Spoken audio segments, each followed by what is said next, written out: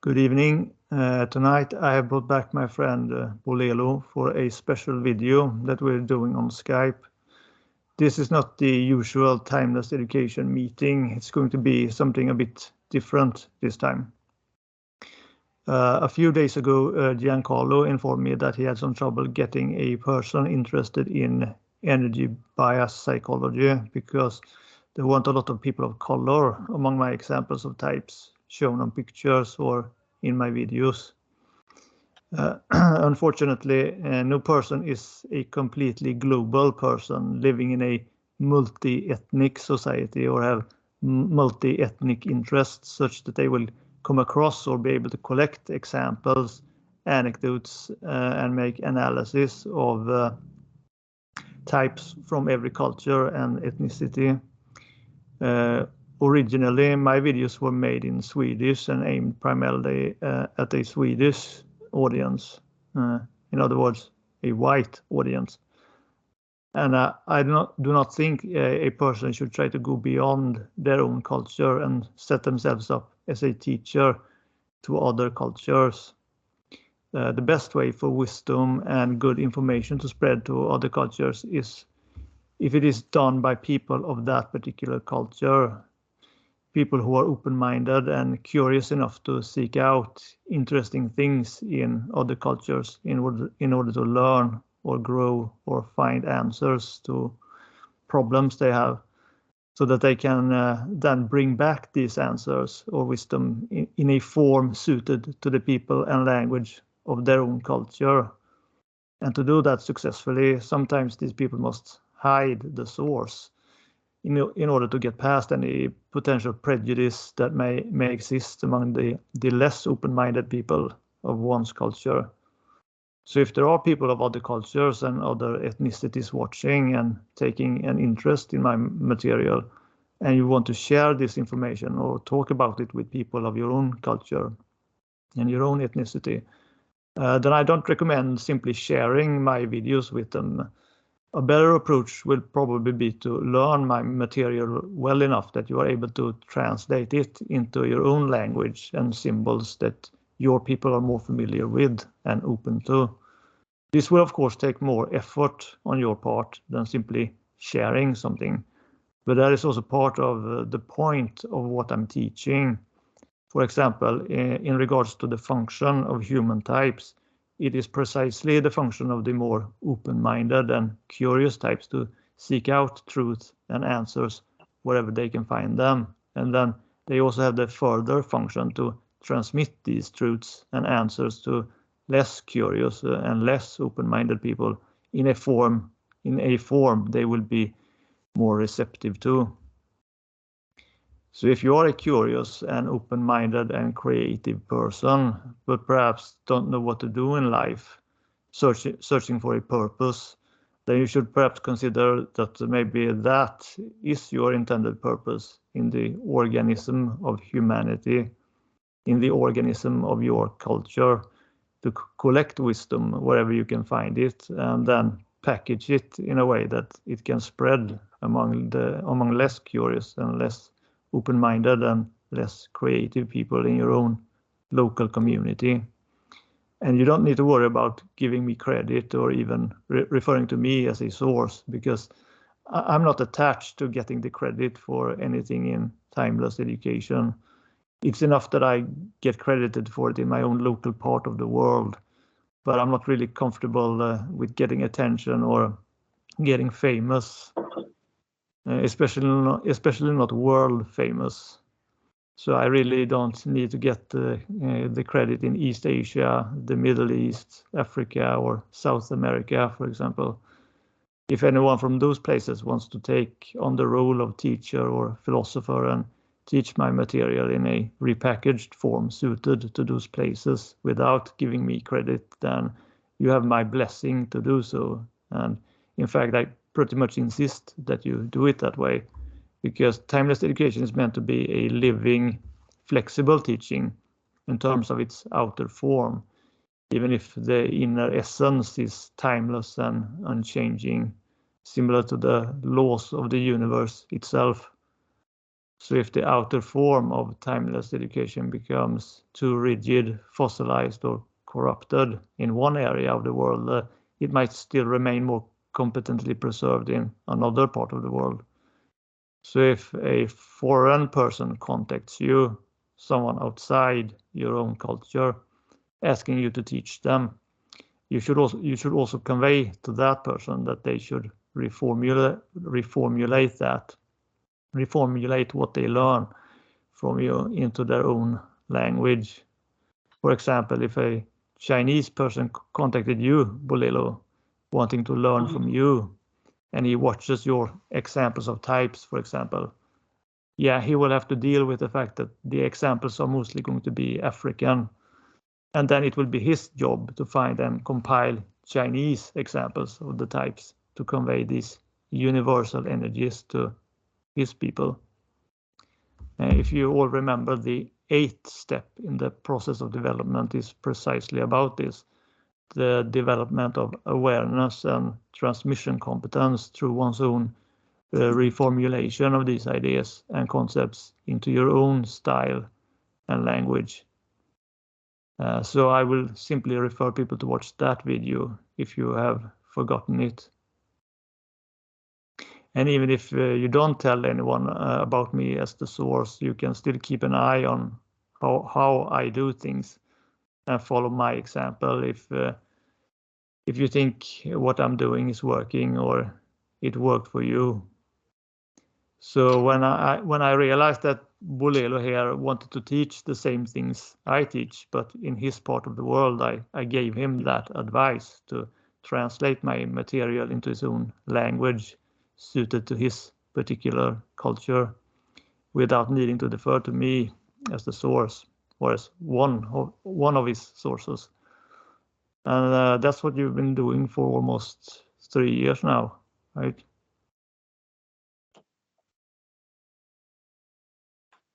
That's what you've been doing for almost 3 years. I think it was almost 3 years since you first contacted me. Yeah, I think so. And I do think you should collect and use examples of these universal human energy types from your culture when it comes to teaching the typology part of this material.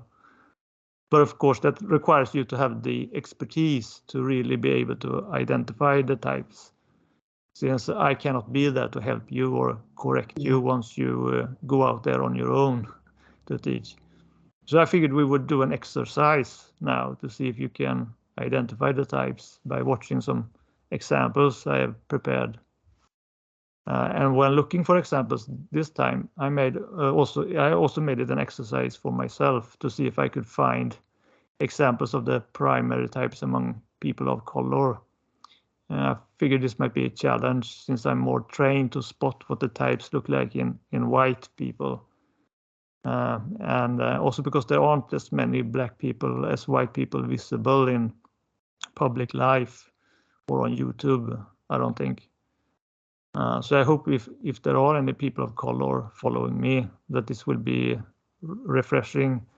And I also think it can help show white people that not all black people are the same. There might be people who have a stereotypical or narrow view of black people out there. And I think this video will help people see that the same basic personalities you can find in white or East Asian people can also be found in black people. And that differences between ethnicities are mainly cultural. So should we start with the first example? Yes, let's go ahead. I have 13 examples of people to show you, even though there's only 9 primary types, in order to make the types harder to predict. If I only showed you 9 people, you would easily conclude that the last example would be the remaining type. So with more than 9 examples, that will not necessarily be the case. So let's see here. Okay. Yeah, I'm gonna share computer sound. Let's see. So let's see if you can see this. Do you see it? Yes. Okay, good. Then I start play it. So I have sensitive, dry skin. Whenever I'm in the airplane, my skin gets super dry. Whenever I try new products, I break out in a rash. So I'm just gonna give you guys that routine today. So I'm just gonna push my hair back first. All right, there we go. So the first step I'm gonna do is I'm gonna go ahead and take my makeup off with the Dermalogica Pre-Cleanse. This is their oil cleanser that they have. Everything I have pretty much is travel size because I am traveling right now. Oh, I'm already forgetting steps. You gotta take my lashes off first. I know you're not supposed to rip off your lashes, but I have non-existent lashes anyway, so it is what it is. I tried different oil cleansers, but this one's just kind of bae. It's just been around for a while, so I use it. So yes, there has been times where I have fallen asleep with my makeup on and woken up to the craziest looking pillow. That's usually after a night of like champagne. So next I'm going into the Kiehl's Deep Cleansing Foaming Face Wash. This product is for I think I have an normal to idea of oily. this one already. Okay. I think I have an idea of this type. I think this one is libidinal. Why do I say so? Look at the facial features. She is this cute-looking, beautiful woman, and the content of the video is about skincare. Look, she's got lashes to take care of, and so on. She's a traveler, and so on. For me, my first opinion is that this lady is libidinal. Yeah. That would have been my guess as well, and also the stuff about champagne and things like that. So let's watch a little bit more with that in mind. Now that we assume or think that she is libidinal. Okay.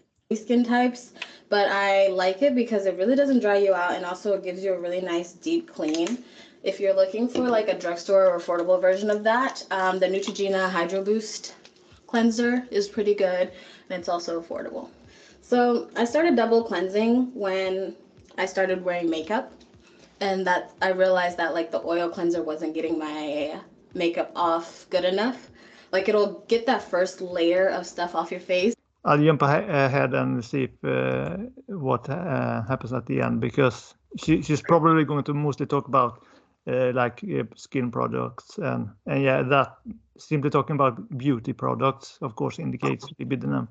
What I've been able to do on this platform, and not only create an outlet for myself to feel free, but to also create change in it as well, is just an amazing thing. And so YouTube is here. I mean, it's here to stay regardless, but yeah, I'm definitely a fan of the YouTube live. Alrighty guys, so that is pretty much it for my skincare routine. I'm about to head off to bed and put on my fuzzy slippers. Maybe I'll give you guys a chance to see them. They're pretty ugly, but they're wrong. But anyways, thank you guys so much for watching, and a good night. Yeah, and that kiss at the end, Yeah. I think that's typical libidinal. So Yeah, you and the are slippers and so on. Yeah. that was a pretty easy example, so that's why I started with that. So let's see what the next example. Do you remember, guys? Because this can you see it? Yeah, I can see it, and this is your life to live. At the end of it, what do you want to be remembered as? What do you want to be recognized as? How do you want your legacy to be told, right?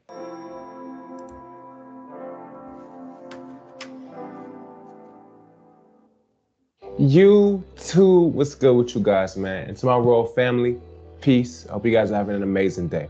Today, I wanted to touch back and make a video for my fellow introverts because I know it's been overdue and I know that's what you guys like to see as well. So this one is a little bit different, man. I just want to talk about succeeding in this world. And guys, I understand the challenge. I go through it as well, being an introvert. It can be very frustrating at times. So right here, I got some really amazing tips for you guys, as well as some books that can help you on that certain particular subject. If this is your first time to my channel, my name is Kim Banks, and this is the perfect place for anybody looking to overcome and persevere in life.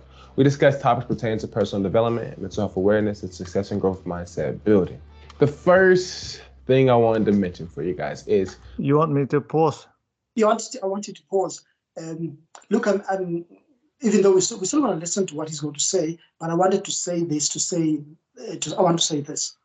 From the appearance, from the appearance. What's the appearance? Glasses, wearing glasses, and I see he's got hair. He's somebody who grows hair, who's not bald like I am. I wanted to say fiducian straight off from the beginning, but Okay. let's just listen. Yeah, because he because talks a lot. He talks a lot about being successful and things like that. Yeah, let's continue. Before anything else, you have to learn to love yourself the way that you are. Guys, remember this. If it does not bring you like any frustration, stress, any type of, if it doesn't bring you misery, it's not something that you necessarily need to change. It's not necessarily something that you need to change. I mentioned in another video, I have to mention this because I have to go full circle here. Now, when there's come times when you're doing something like maybe at a job, relationships, whatever, where change is required, where change is being asked upon you, and that's up to your discretion on what you want to do when someone is asking you for some improvement, right? But set aside from that, your personal self. If it's not causing, no one's saying anything about it, it's whatever, but you feel a way about it or you don't feel a way about it, that's what matters. Is it bringing you joy? Is it bringing you success or whatever, or is it doing the opposite? Then you have to ask yourself if you want to change that. But set aside from that, guys, learn to love yourself the way that you are. And I mean being an introvert. I mean not preferring to go party and whatever comes with that. People say whatever they want to say, it does not matter because that's how you are. People, not wanting to go to do certain things. You understand that the common things that people say, being an introvert, what comes with that. You have to be okay with that. Whatever people have to say, I do not care. I know myself. I'm comfortable with myself. You don't have to deal with me, but I'm going to love myself, right? A perfect book recommendation for this topic is a book called Quiet, The Power of Introverts. You don't think he reminds you a little bit of like Leo Gura, like talking about book recommendations? Yeah, he does. But I also see that he's trying to teach people how things work and how to be successful and so on. So I am for now. I have Meritam and Abena. Meritam because he's trying to teach people to say this is how things are done. Abena, but I don't find him very fluent in the way that he speaks. So let's just listen a little bit, but I'm between Meritam and Abena. So I'll link that in the description down below. It's an amazing book on just embracing the fact of being an introvert. Now, guys, I don't want to say this as if like, do I identify myself as an introvert? To some degree, but I still know that I'm more than just an introvert. So I don't want you to just have this limiting thought that you're just an introvert, that's what it is. As you're more than that. Introvert is just a personality, you know what I mean? It's just to do with your personality, but you're more than that. So I don't want you guys to get so caught up in just calling yourself an introvert. The next thing, stop worrying about what people have to say about you. Just stop, because people are always gonna have something to say. And remember, when you try to please everybody, you end up pleasing no one. And you're the one that ends up sad, miserable, unhappy, potentially depressed. Okay, if I were to give a final judgment, I'll say Abena. Why? Because he's actually teaching how people can work in society, how can they fit in, and and be successful. And he doesn't seem to be very much uptight about even from his looks, status and so on. So he doesn't have that much coarseness of a Meritam. So I'd say Abena. Yeah, I agree. I also think he is Urbanum because he also talks about the advice he's talking about there, the last bit there about don't worry about pleasing everyone. If you try to please everyone, you will please no one. And I think Urbanum is more about wanting to be pleasing than Meritum, for example. Yeah. So yeah, I don't think we need to watch more of him. Okay. We can watch a little bit more with now that we know that he is Urbanum. Just play a few seconds more. Right. So you have to be okay with someone not liking you, someone having something negative to say about you and all things like that, because it's going to happen. All the people in the world, you think that everyone's going to find you likable? And it has nothing to do with you, just their preference, and they're entitled to their opinion and preference, and that's okay. The issue comes when you allow it to affect you, right? Because you're like, I know I'm a good person, I'm doing things. Now, if you're doing things wrong, if you're just kind of like a shitty person and people are saying they don't like you, then maybe you know. But if you're not doing anything wrong, man, not starting any trouble, not causing anybody harm, and someone doesn't like you, who cares? Who cares? Okay, so let's move on to the next example, and that was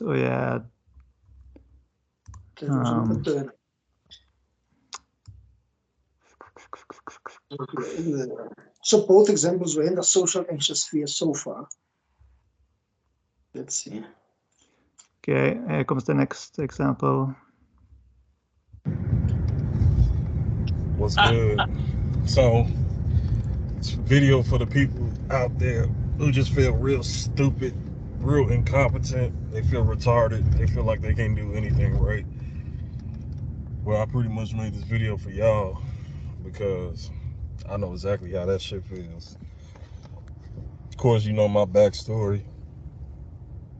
All the way up to the 6th grade, I was in regular classes. Then after the 6th grade, when I failed miserably, I was told the only way I could advance is to be put in special ed classes. And since then, I was in special ed all the way up to 12th grade.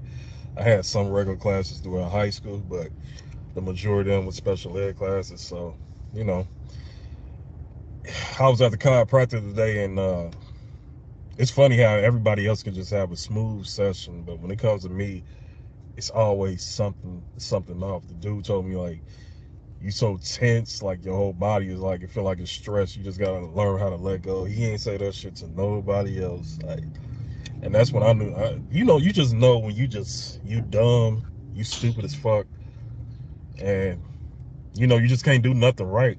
And it's hard not to compare yourself to other people, but there's so many people in this world. How do you not compare yourself to somebody else? Like, for real, because it's just tough.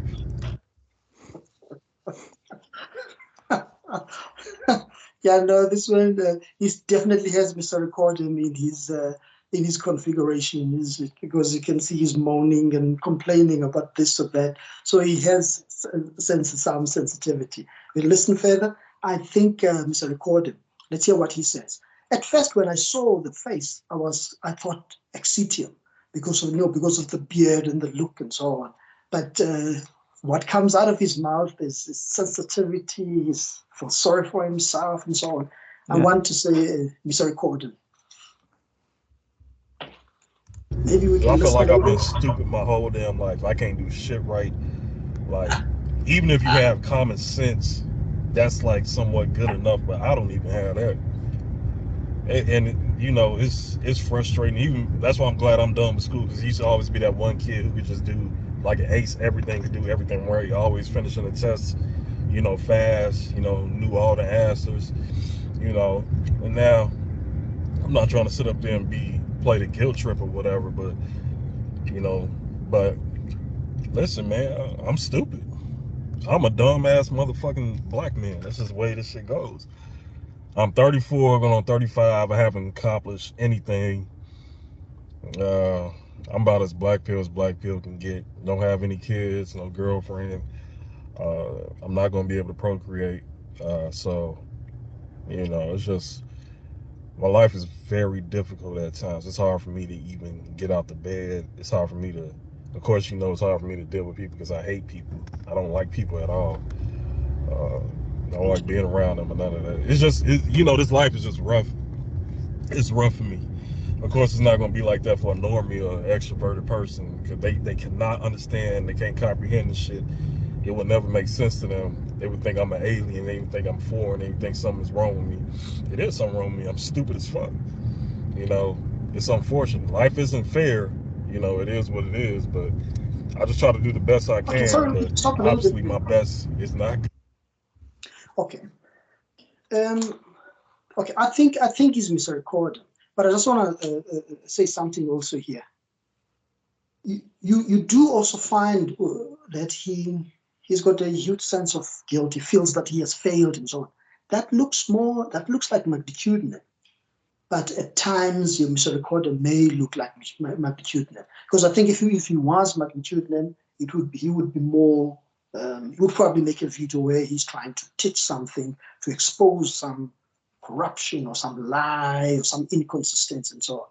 Yeah, but I think he's misrecording. He feels very but he has a lot of judgment. He's judging himself very harshly, and he also seems to be, Mr. Recordum is in the sort of social sphere that often are a bit concerned with, how other people are doing, and sometimes also a bit pleasing. If you think of Christian, for example, this guy seems like he says that he hates people. He seems very much like a loner, which is a bit more masculine. So I think that when you say magnitudinum, I think you might be more on the right track there. This guy, his nickname is Lone Wolf. So let's listen a bit more. Okay, let me take time then to check. With anything, so I'm just stupid and I accept it. Feeling very incompetent all the damn time. I've embarrassed myself in front of people before because I couldn't do the most simplest tasks. It's horrible. It's horrible to deal with this shit, but that's my life. So when you guys out there say, you feel stupid and you feel dumb, you feel incompetent, you ain't the only one, man. I go through that shit all the time, even to this day. You would think the more older I get, the more wiser I get. I feel like I'm just getting, I'm not gonna say dumber, but I'm still dumb. I cannot solve no crazy math equation and none of that. That wouldn't happen.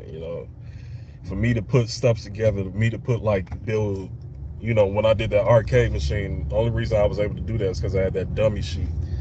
But other than that, if I didn't have that, I would be clueless. There'd be a whole bunch of question marks over my head. I'd be a dumbass. But that's just the way this shit goes. I'm not a smart guy at all. I wish I was, but maybe I would have to put in a lot of work to research. But even if you did try to read every day, try to get smarter every day, I still wouldn't be enough. That's why it's easier for kids. It's easier for kids to Kevin, stop a little bit absorb knowledge. They're so young. Yeah, I think you've helped me on this one, sort of led me on this one. Yes. You see, he says even if he reads every day, he can't improve. He's dumb. He hates people. He's not good, and so on. So he's got that heavy judgment. Like he set himself this high standard that he can't reach, and that then makes him gravitate more towards magnitudinum. But if you say his name is Lone Wolf, that's also some of the characteristics of magnitudinums, because they believe that they can stand on their own, Yeah, maybe we can listen it further. But magnitudinum, it tends to be sometimes a very tortured person, and this guy seems like he's tortured, and there's a magnitude to his situation. It's very heavy stuff, Yeah. The one thing that might speak against, since magnitudinum is in the mental sphere, he says that he can't solve math problems and stuff like that, but that's not necessarily something that speaks against being a sapientian type, because it's more the imagination which can look a bit like this, very heavy thoughts, looking at reality more pessimistically than it might be, and things like that. So let's listen a bit more. Okay. Mind is so fresh, and they could learn shit real fast. The older you get, it's harder for you to learn shit. Me, in my opinion, that's just how I feel. But I'm always gonna be stupid. I was in retarded classes for a reason. I felt as though I did belong there, because, dude, I couldn't do anything right. The only thing I really was good at was drawing, and I'm still not that good at that too, because I can't draw shit, without images. I would have to see something, then I could draw it. But motherfuckers oh, you complain and this and that. Let this would have been a female saying this shit. Let this would have been a female on YouTube saying this shit. You can see how much support she gonna get, or a gay person. watch how much support they're gonna get. But if you're an average black man, you just an average man in general. You're gonna get shitted on, you're gonna get ridiculed, they're gonna say you a crybaby, you're not a man, you need to man up, and that we already know what's gonna happen. I don't care. You say whatever the fuck you wanna say, I don't give a shit. I just don't care anymore. I mean, life is a joke to me at this point, and you know, if I had the balls, and I hate to even bring this shit up, but if I had the balls to pull a motherfucking trigger to my forehead, I would have done it, and you know, by now, but I don't have the balls to do that shit. He's talking about shooting somebody now? Shooting himself, yeah, I think. It is what it is. I'm stupid, I'm dumb. I'm always going to be a stupid motherfucker. But I accept it. You know, the dating game is over. You know, life isn't necessarily over. Just you got to find things to cope with, make yourself happy. And that's whatever. I don't know. I could try to find that, but for the most part, I'm miserable every day. Like the most of you guys, it's hard for me to get out the bed. Like the most of you guys, it's hard for me to interact with people because I hate people, like I really do. So, you know, I wouldn't wish this on anyone. I really wouldn't. You know, nobody deserves to live a life like this. It could be worse. I could be bound to a wheelchair. I mean, I'm grateful for some things. Don't get it twisted. I am. But at the same time, I still... when you just don't feel like you're good enough, you're gonna shit on yourself, you're gonna down yourself, and it doesn't help when other people feel the same way about you, because like that negative reinforcement shit is real. You hear so much negative shit throughout your life, you're gonna start feeling that way. You're not gonna do the opposite and be like, oh well, sticks and stones will break my bones, and words never hurt me. Nah, that's not true. Words can hurt you. They can hurt you. They truly can. People gonna say, oh, you got thin skin. After a while, you stop caring what people say about you, but trust me, those words that I used to hear. So yeah, I think we agree that he is magnitude in them. Yeah. The feeling of feels inadequate, feels he has not reached his a certain standard that is set for himself, feels that he has failed. Yeah. But wherever he is, you should okay. But anyway, you should watch some of the videos and see that. I mean, life is not gloom for McJulius. There's something he has to offer to society. Yeah. Yeah, I mean, I think it can be very cathartic for other people to see this. Like he is very honest in a way that perhaps people can relate to. I don't know. So let me see, what was the next example? Oh yeah. I'll take time with this one. Let's see. I'm not rush into it. Well, okay. How did you first start writing science fiction? You grew up in Pasadena. How did you first become attracted to that type of writing? Oh, I think I loved it because, I fell into writing it because I saw a bad movie, a movie called Devil Girl from Mars, and went into competition with it. But I think I stayed with it because it was so wide open. It gave me the chance to comment on every aspect of humanity. People tend to think of science fiction as, Star Wars or Star Trek. And the truth is, there are no closed doors and there are no required formulas. You can go anywhere with it. We're talking to Octavia Butler. Her latest book is Fledgling, wrote the Parable series as Katrina was happening, then the aftermath of Katrina. A lot of people were talking about Octavia Butler and how the Parable series made them think about that. Explain. I wrote the two Parable books back in the 90s. And they are books about, as I said, what happens because we don't trouble to correct some of the problems that we're brewing for ourselves right now. Global warming is one of those problems. And I was aware of it back in the 80s. I was reading books about it. And a lot of people were seeing it as politics, as something very iffy, as something they could ignore because nothing was going to come of it tomorrow.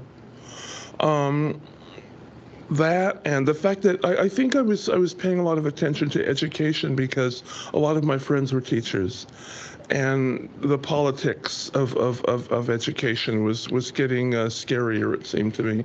We were getting to that point where we were thinking more about the building of prisons than of schools and libraries.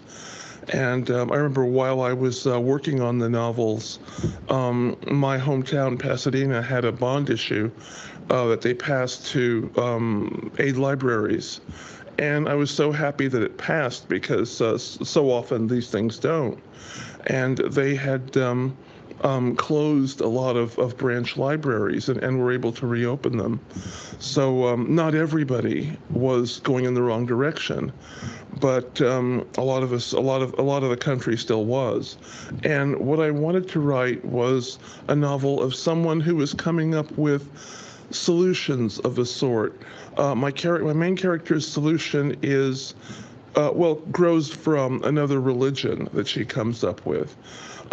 Religion is everywhere. There are no human societies without it, whether they acknowledge it as religion or not. So I thought religion might be an answer as well as, in some cases, a problem. And in, for instance, Parable of the Sower and Parable of the Talents, it's both. So I have people who are bringing America to a kind of fascism because their religion is the only one they're willing to tolerate.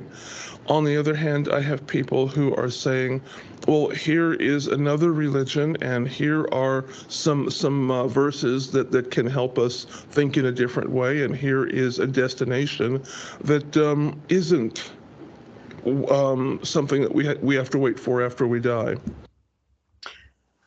Okay, my idea is that this one is a sapiential type. It's an intellectual type. This gentleman is an intellectual type. He's interested in such issues as novels, libraries. He writes science fiction.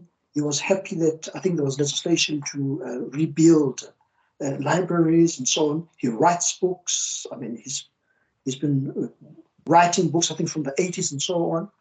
Yeah, it's a woman. It's a woman, actually. Oh, okay. Is it a woman? Well, okay. Okay, I didn't notice. Fiducium. I would say fiducium on this one. Yeah, I think I would agree. She also has that kind of rectangular face that is very common in like people like Jordan Peterson in like white fiducium as well. I also still have to see a fiducium who doesn't have hair. I've got this thing with hair and fiduciums and so on. Like medicutnums will get that bold, but fiduciums not. Okay, this lady, fiducium. Nemesis says with science fiction, you've got no boundaries. You can go anywhere. Yeah, fiducium. I agree.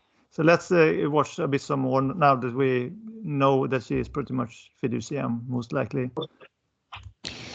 I assumed that I could do it. I wasn't being brave or even thoughtful. I wanted it, and I assumed I could have it. So what advice do you have for young people today? Who want to write? Oh, definitely that they should. It's difficult and sometimes impossible. I mean, I am coming off a very long writer's block, so I can acknowledge the difficulty. How long? 7 years. It didn't mean that I wasn't writing. Writer's block is not when I'm not writing. It's when I'm not writing anything worthwhile. And for people who suffer from writer's block, your advice? Keep writing. Keep writing. It's the old idea that behavior that gets repeated gets rewarded tends to get repeated.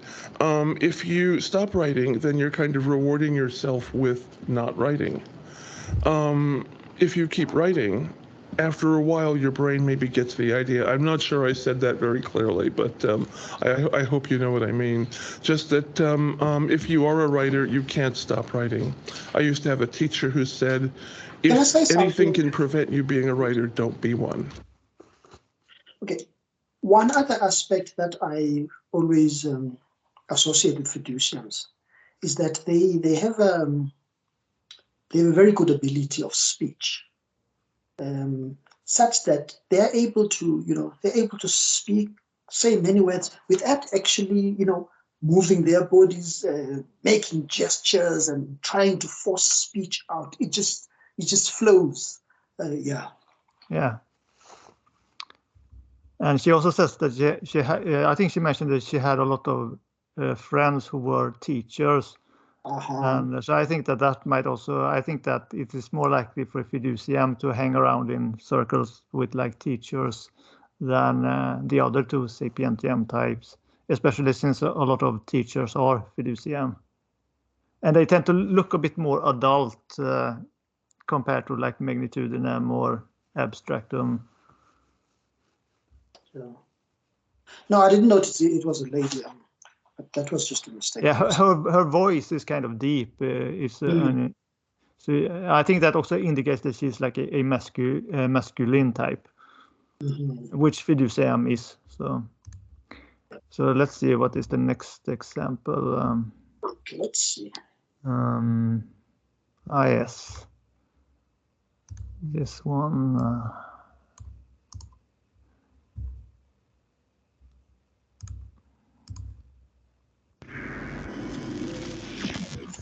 Us to your ministry. It's this guy that we're looking at. This one. Well, thank you for having me. Absolutely. It's a real pleasure. I pray it'll be an honor as well. Thank you. You've been in the media as of late. For the signs that you post outside your church. That's right. But we'll get to that in a minute. First, we want to get into a little background as far as your upbringing, where you come from, and what led you to this point, basically. So describe your upbringing a little bit. Well, I was born in the Jim Crow South. Born in North Carolina, not too far from the South Carolina border. And we're talking what years? We're talking born in 1947. Actually, my grandfather was born a slave, only lived a few years as that, and I had the opportunity of knowing him before he died. He lived to be 90-some years of age. I was raised up sharecropper, what I refer to as a plantation, and I graduated from a segregated high school in North Carolina. I came to New York in 1965 and started my life here. I've been raised pretty much in a tradition where respect for elders, respect for this nation, love for this nation, going to church all the time. I kind of quit going when I got old enough, 14, 15 years of age. As many of us do. Yeah, but I had a pretty solid background in terms of respectability, honor, hard work. I was raised up on a farm, picking cotton, cropping tobacco, that whole 9 yards of the farm scene. Would you say you had a hard life as a youngster? No, I don't think so. I mean, it was picking cotton is no fun. It's very difficult to do. The whole family's out there picking cotton. But I just can't describe it as a hard life. I mean, I think I had a lot of fun. I learned hard work. Did your family have money? No, absolutely not. Absolutely not. So no, it wasn't money that made you feel any type of lack of money. You didn't feel any type of depression. Well, sharecropping was like this. We would work somebody else's field. We would plant the cotton, plant the tobacco, and we would then, after the end of the year, we'd settle up on what we got from the store, what we owed the man for living on his land, etc. And then whatever's left over, and we never came out with a plus, in the red pretty much. Right. But we ate, because we had raised farm animals, we raised our own vegetables, that kind of a thing. But I really never saw it as a hard life. I just didn't. I know many people probably would interpret it as that, but I didn't. What about racism at that time? It was Ku there. Klux Klan, things of that They nature? were there. Jim Crow. I drank from a colored water fountain until I left North Carolina. When I did go to the movies, which was rare, I had to sit in the balcony. I was not allowed to sit in the lower mezzanine. I never sat at a Woolworth counter in North Carolina. There was one Woolworth store in Fayetteville, North Carolina. I never sat there. I knew that was not my place to be there. I mean, we just segregated from that process. That was normal life. My father, my mother, my uncles and aunts, we all received that as such. So you didn't feel any type of way about it? You didn't feel like I should be able to drink from whatever water fountain. I thought why do I have to sit up in the balcony? Well, those seats look better down there. Why I can't sit down there? I thought that, but you have to remember, going back 50 years ago in a society that had been raised that way, we really didn't get advanced in the process of thinking. However, my aunt did go to Greensboro, North Carolina and did sit in. But it wasn't something like today where, well, listen, what do you think you're doing to me? Why are you making me sit in a second-class citizens? Yeah, you have any thoughts? Yeah, so far, okay, thoughts. My first impression was that this is going to be magnitudinal because I thought he's a church pastor, and I read he's got stuff that's written on the walls of the church and so on. I thought he's going to go to, but the content of everything he said so far is so corpus, working on the farms, working hard, and he doesn't feel that that was, for him, that was normal. So it's somebody who can bear the physical labor and so on. Yeah, he sounds very corpus. It's okay for corpus. Yeah, it does contrast very much with, like, his. There are some pictures of him where he's yelling kind of bigoted stuff against people who make protests against his church, because he is very conservative, and he has sometimes criticized blacks for not working harder and things like that. So he's like very conservative, but he talks very much like a corpus. So let's continue a bit more. Situation. If it was happening today, it would be a different situation altogether. Okay. So, obviously, you're a pastor now. What were you doing before you were a pastor? Well, when I did come to New York after spending a couple of years here and listening to Stokely Carmichael, Rap Brown, Adam Clayton Powell, Malcolm X. Actually, he was assassinated before I got here, but still his legacy loomed very large in the late 60s. I then became very radical, with that which I wasn't in North Carolina. I then began to say, why am I second class? Why am I being segregated? And I was moving along in my life. I got married, was going to college. And because of my ethics and hard work, I was able to land a couple of really good jobs here in New York. Such as? Such as working for Procter & Gamble as a marketing representative with a company car, expense account. They subsidized my housing. And you went to college and all that? I was in college at the time. Okay. But I took the app. Procter & Gamble has a test that they give, whether you got a master's or PhD. If you can pass the test, you can handle marketing. And I had a territory out in Queens where I was in charge of millions of dollars worth of health and beauty aids: Crest toothpaste, Gleam toothpaste, Head and Shoulders, Crisco, Jiffy, that kind of stuff. Right, okay. But in the early 70s when I got that job, I remember one summer living in Brooklyn, or having my territory. My grandmother lived in Brooklyn, driving down 100 Fulton Street, and it was hot. And I saw all the junkies, the heroin addicts, nodding out on the street. Here I'm in a brand new air-conditioned automobile that's given to me by the company that I work for. I mean, I got it made. And I thought to myself that I need to do something to try to help my brothers. And I just got radicalized. I mean, I just began to hate. I went up to the main office of Procter & Gamble was in Scarsdale, New York on White Plains Road. I just went up there one day, I actually grew up in New Rochelle, so I know White Plains Road, I know Scarsdale. Yeah, well, that's where they had their regional office. Okay.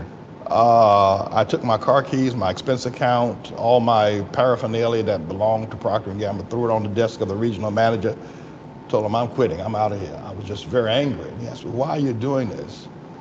And I said, it's just a sign of the times. And I had no other job. I had 2 children at the time. I was married. But I just felt that somehow or another I needed to do something to help my brothers.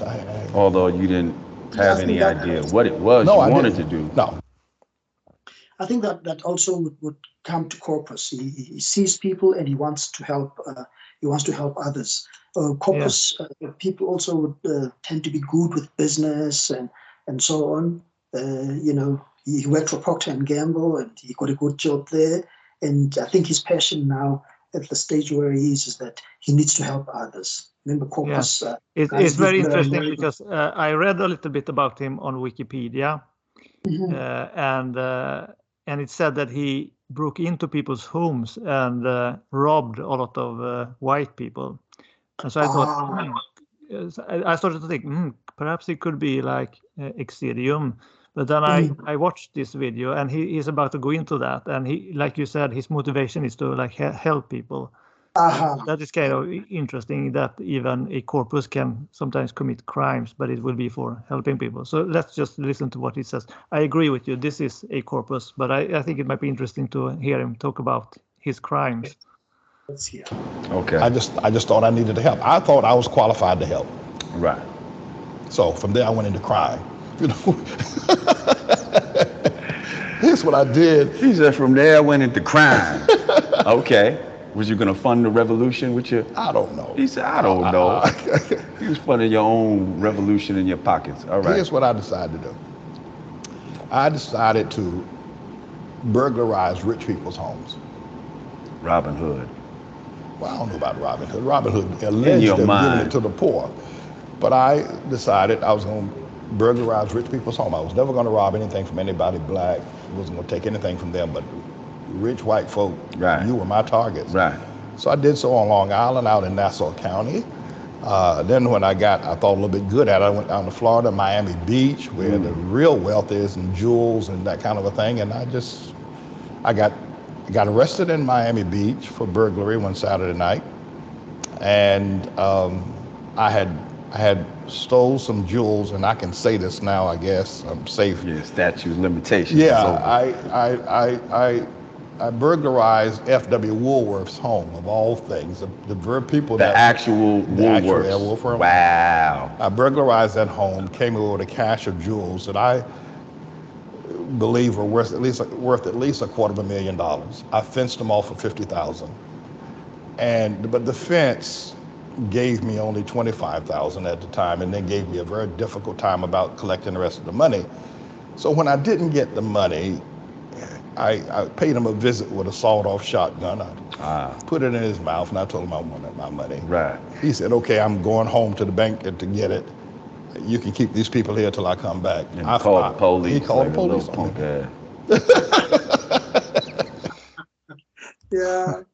Yeah, well, corpus, Yeah. Corpus. Motivated by the idea of helping others. Yeah. Yeah. It's interesting that he also even went to crime. Yeah. To do that. Yeah.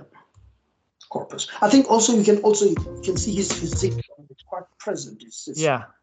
Yeah. Sure. Corpus. Can you see this video? Okay, I think it's. Oh, Thomas Sowell is the blueprint for this shit. I cannot wait to get to a video where I can talk about Thomas Sowell. Oh my God, Thomas Sowell. Oh my God, I'm so tired of hearing. I'm so tired. Thomas Sowell. All this conservative black people shit is the same argument. If it's like I'm gonna talk about it in the Black Manosphere video, but and if you watch watch my little Julesy video, the two Julesy videos I did on this B-Sides channel. All these black now Gen Xers, boomers, and some of the millennials that are on this conservative shit are coming with the same argument. If black people just got their act together, there wouldn't be any more racism. We would have all the things we need. And that's not true.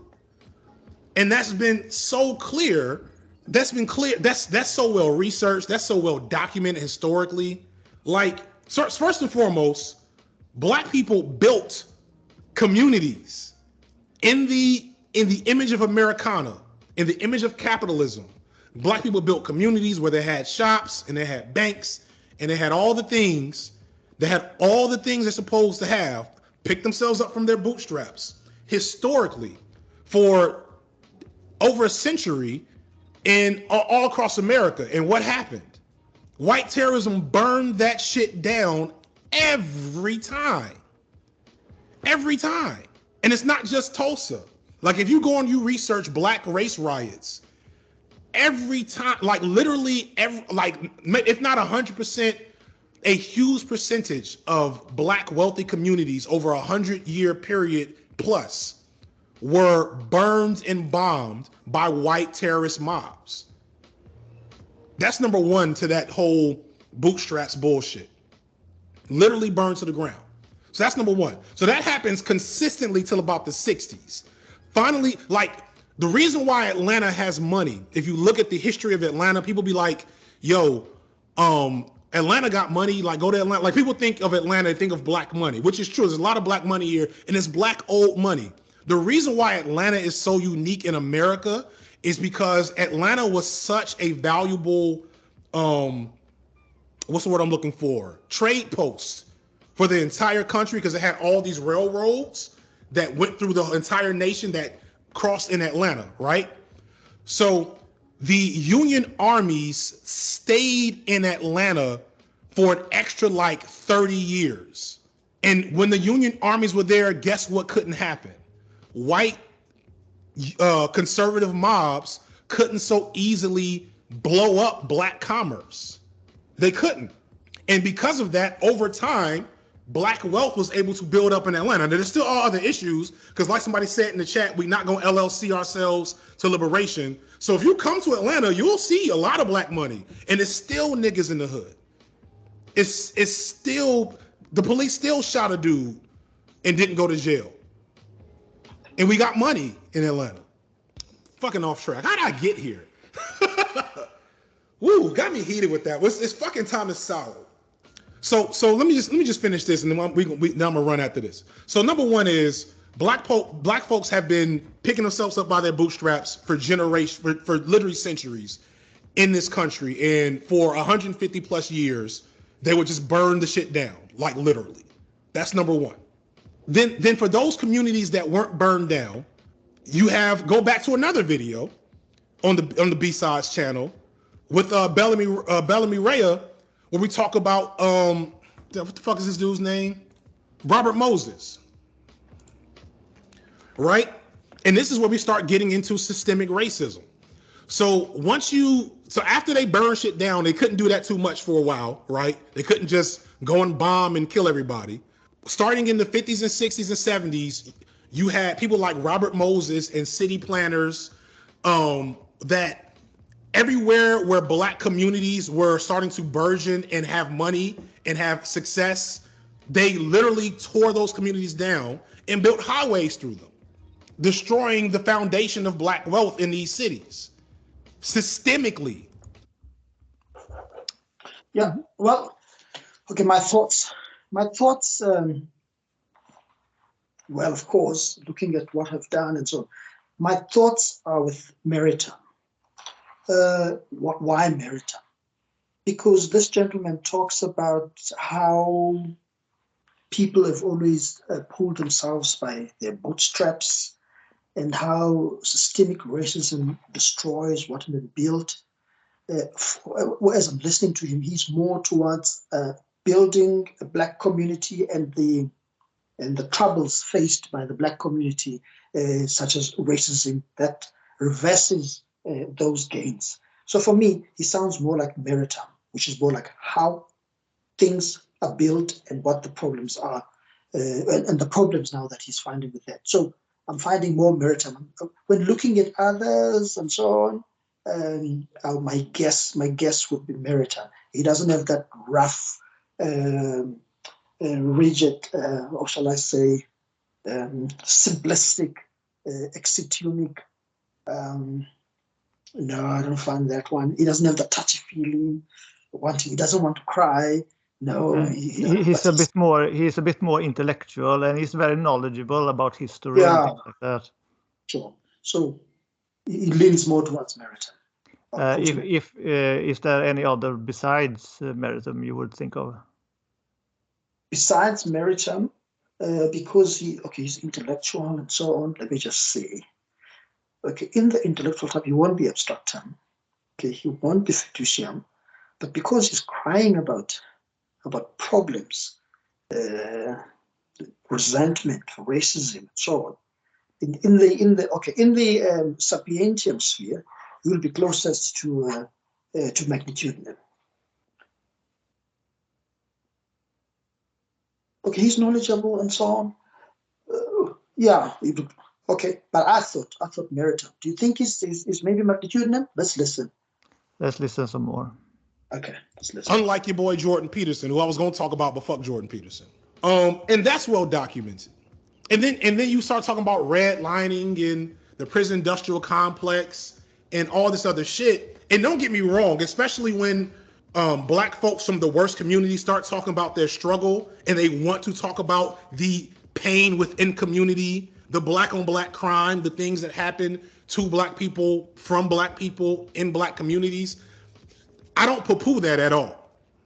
I don't poo-poo that, and I don't like. Should we talk about systemic racism as the core factor? Definitely. But when people want to speak to their hurt, I hate when black bourgeoisie people who've never actually experienced poverty but read about it in a book want to tell folks that's really from the struggle to shut up. Don't do that.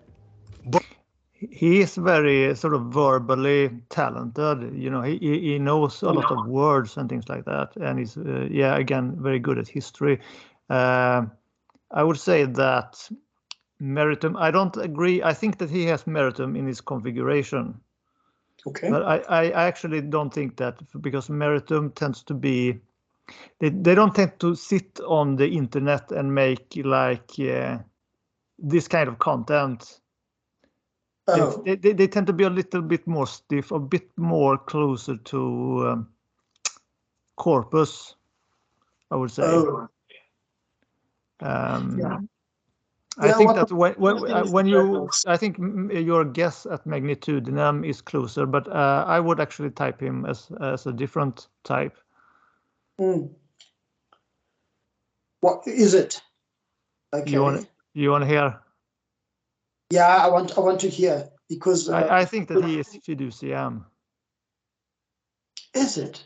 Yeah, fiducium. I thought fiducium was okay. Okay. Sorry. Finish. Yeah, because fiducium tend to be very interested in history and in debate, and and often lean more towards the left. Not always, but they tend to be very interested in like progressive ideas and things like that. So I think, I don't know if you're familiar with Vaush. It's like a white leftist YouTuber. Huh. This guy is like the black version of Vaush. He's very similar.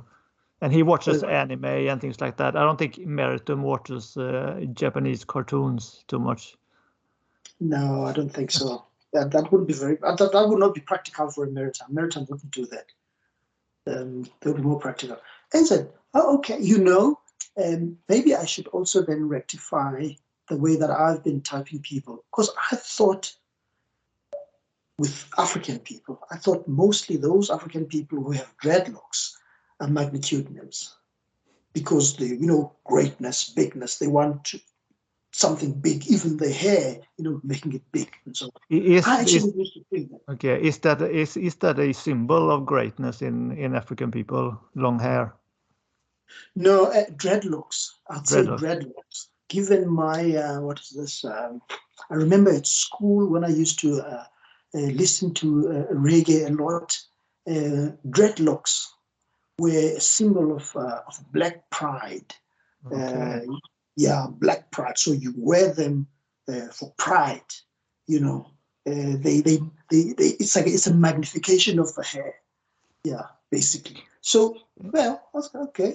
But I've actually been having that in my mind to say, when you see dreadlocks, more possibly a magnitudinum. But I will watch this video afterwards, and I'll tell you what I think after I've listened to it again. But because he's ranting about racism, I think he's got some issues with people who mess things up. I'm still leaning to magnitude, of course, because of the hair also. Well, in the African culture, remember, you do get traditional healers, like in South Africa. They have this dreadlocks, but dreadlocks to them are more like, for the lack of a better word, are more like uniform, are more like the kind of hair that's expected from them. And I think that most traditional healers are more towards fiducian. Yeah. Anyway, I hear you. I'm still going to listen to this and see. Let's finish it in here. The worst thing is the Candace Owenses and Thomas Sowells and all these other motherfuckers who will say shit like, when the black community in the 1950s, the black economy was doing so well, and then after we got welfare and we aligned with the government, shit. And it's like, no, you can look at the shit. That's not what happened. That's not what happened. So fuck Thomas Sowell, who Kevin Samuels loved, by the way. Kevin Samuels loved him some Thomas Sowell, because them going on Fox News and repeating that bullshit for generations is one of the big reasons why we have so many issues with mobilizing black political power in this country now, because the first thing you have to do to mobilize black political power is to convince black people that we not gonna pull our pants up out of this problem. All right, so Prim just did a video. Prim is comedy, so like, don't pull Prim in the left tube, y'all. Don't go over to Prim's channel left tubing with that nigga. Let that dude do what he's doing. This is good comedy. But he did a video on this movie called Lean on Me. I don't remember when this came out. It had to be like the late 80s. And it was based on the true story of the dude with the bat named Joe Clark. Joe Clark was a principal in some rough city, and he went into this city and went to this school and just did some real strong disciplinarian shit. Kicked all the bad kids out of school, just did a whole bunch of shit that, if you're from that era, you think that's what we needed. You think we needed tough love. That's what made a Kevin Samuels resonate with so many people, because a lot of black folks, we got so much trauma that we ain't processed, that you get a nigga up here calling you all kinds of names, telling you you ain't shit, telling you you can't be good at life because you don't have a father, and you think that's what you need to hear to get better, and that's not. And so Joe Clark went in there with that energy. He had 1 or 2 successful years and then got fired, because you can't fix a systemic issue with extreme discipline. You just can't do it. So they made a movie out of him. And I remember watching the movie as like a 9-year-old, and it horrified me. It traumatized me to watch this movie, because the first 5 minutes of this movie, the first 5 minutes of this movie is the most like low-key racist shit you'll ever see. Somebody said, you smoke crack, don't you? Like, yeah. Because like the movie made the kids look like super predators. Why does he have a bat? Because that was his nickname. He carried a bat around school in case he had to like hit motherfuckers. Look, I'm trying now to compare what I think and what you've just said. Look, this guy watches movies, and he knows that this actor did this and this one did that. I think a magnitude-man would actually be more concerned with facts, trying to get facts, than to be spending time with fiction and so on, trying to establish the truth, seeking facts and the truth. And I've not really seen a lot of like guilt or judgment towards himself, something like that. Yeah, I have not seen that from what he's saying. You're probably right. You're probably right. It's fiducian. Oh, it's good we did this. I think it's important to not only quickly judge or type a person, because I think you might find an abstract term of dreadlocks will be possible. I think it's not. It won't be very helpful to type people through things that are artificial, okay, that can be made, that can be made up. Yeah. But this guy, I've not had him feeling guilty, feeling judged. he does rant so, but he's got this energy with this big energy with his configuration. Yeah, especially it's like he's a bit of an activist. He's really want to like make society like fight bad things in the world. So yeah, I think meritum in combination with fiduciam, with fiduciam primary, and maybe urbanum secondary. I don't know, because it's very similar. I based that mainly on that he's kind of similar to Vosh. Which is another. He is a kind of a similar YouTuber who, I mean, these guys, this type tends to sit and like pick apart other people. Like they are critical of others, and they are good at, communicating ideas, talking about ideas, like sharing their knowledge along with criticism. Okay. They would be good. They would be good teachers, I think, to kids. Yeah, because this guy can talk. It's like he can talk for hours. Yeah, and he does. I mean, this is one of his shorter videos. Most of them are just very long. Yeah. Okay. Shall we take another example? Let's see here. Okay, let's take another one. Let's see. Dreadlocks could be fit. Okay. Dreadlocks. What I find disturbing in our community, the African American community, is that we can talk about a thyroid, we can talk about cancer, breast cancer, AIDS even, but we won't deal with the mental, and that's an issue.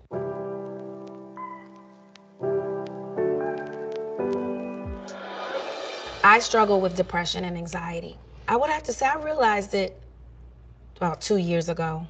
I noticed the mood swings, like, you know, one day I'd be up and the next day I'd be down, feeling like I don't want to go out in public, almost agoraphobic, like, too much to deal with, feeling really awkward in my skin, feeling out of sorts, you know, and just down, like Debbie Downer, like a dark cloud.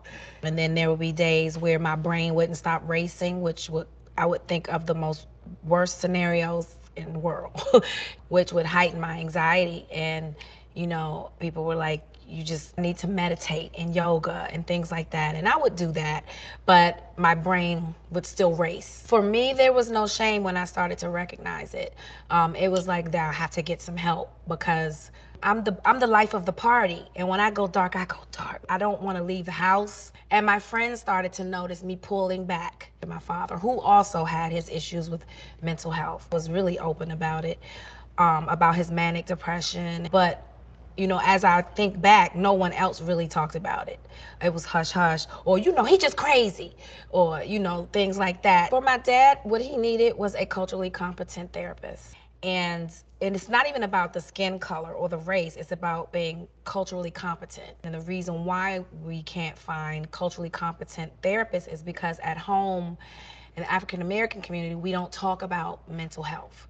You know, it's a stigma surrounding it. And when you have no one to talk to, what a person usually do is they will try to self-medicate. We're just not allowed to be vulnerable. We have to be strong all the time. This is 400 years of damage, 400 years of trauma that we have not dealt with. And the way we deal with it is be strong. Put on a strong face. Nothing's wrong with you. You don't have mental health. You're not gay. Don't, you know, you're not allowed to be human. That's a lie. We hurt and we're suffering.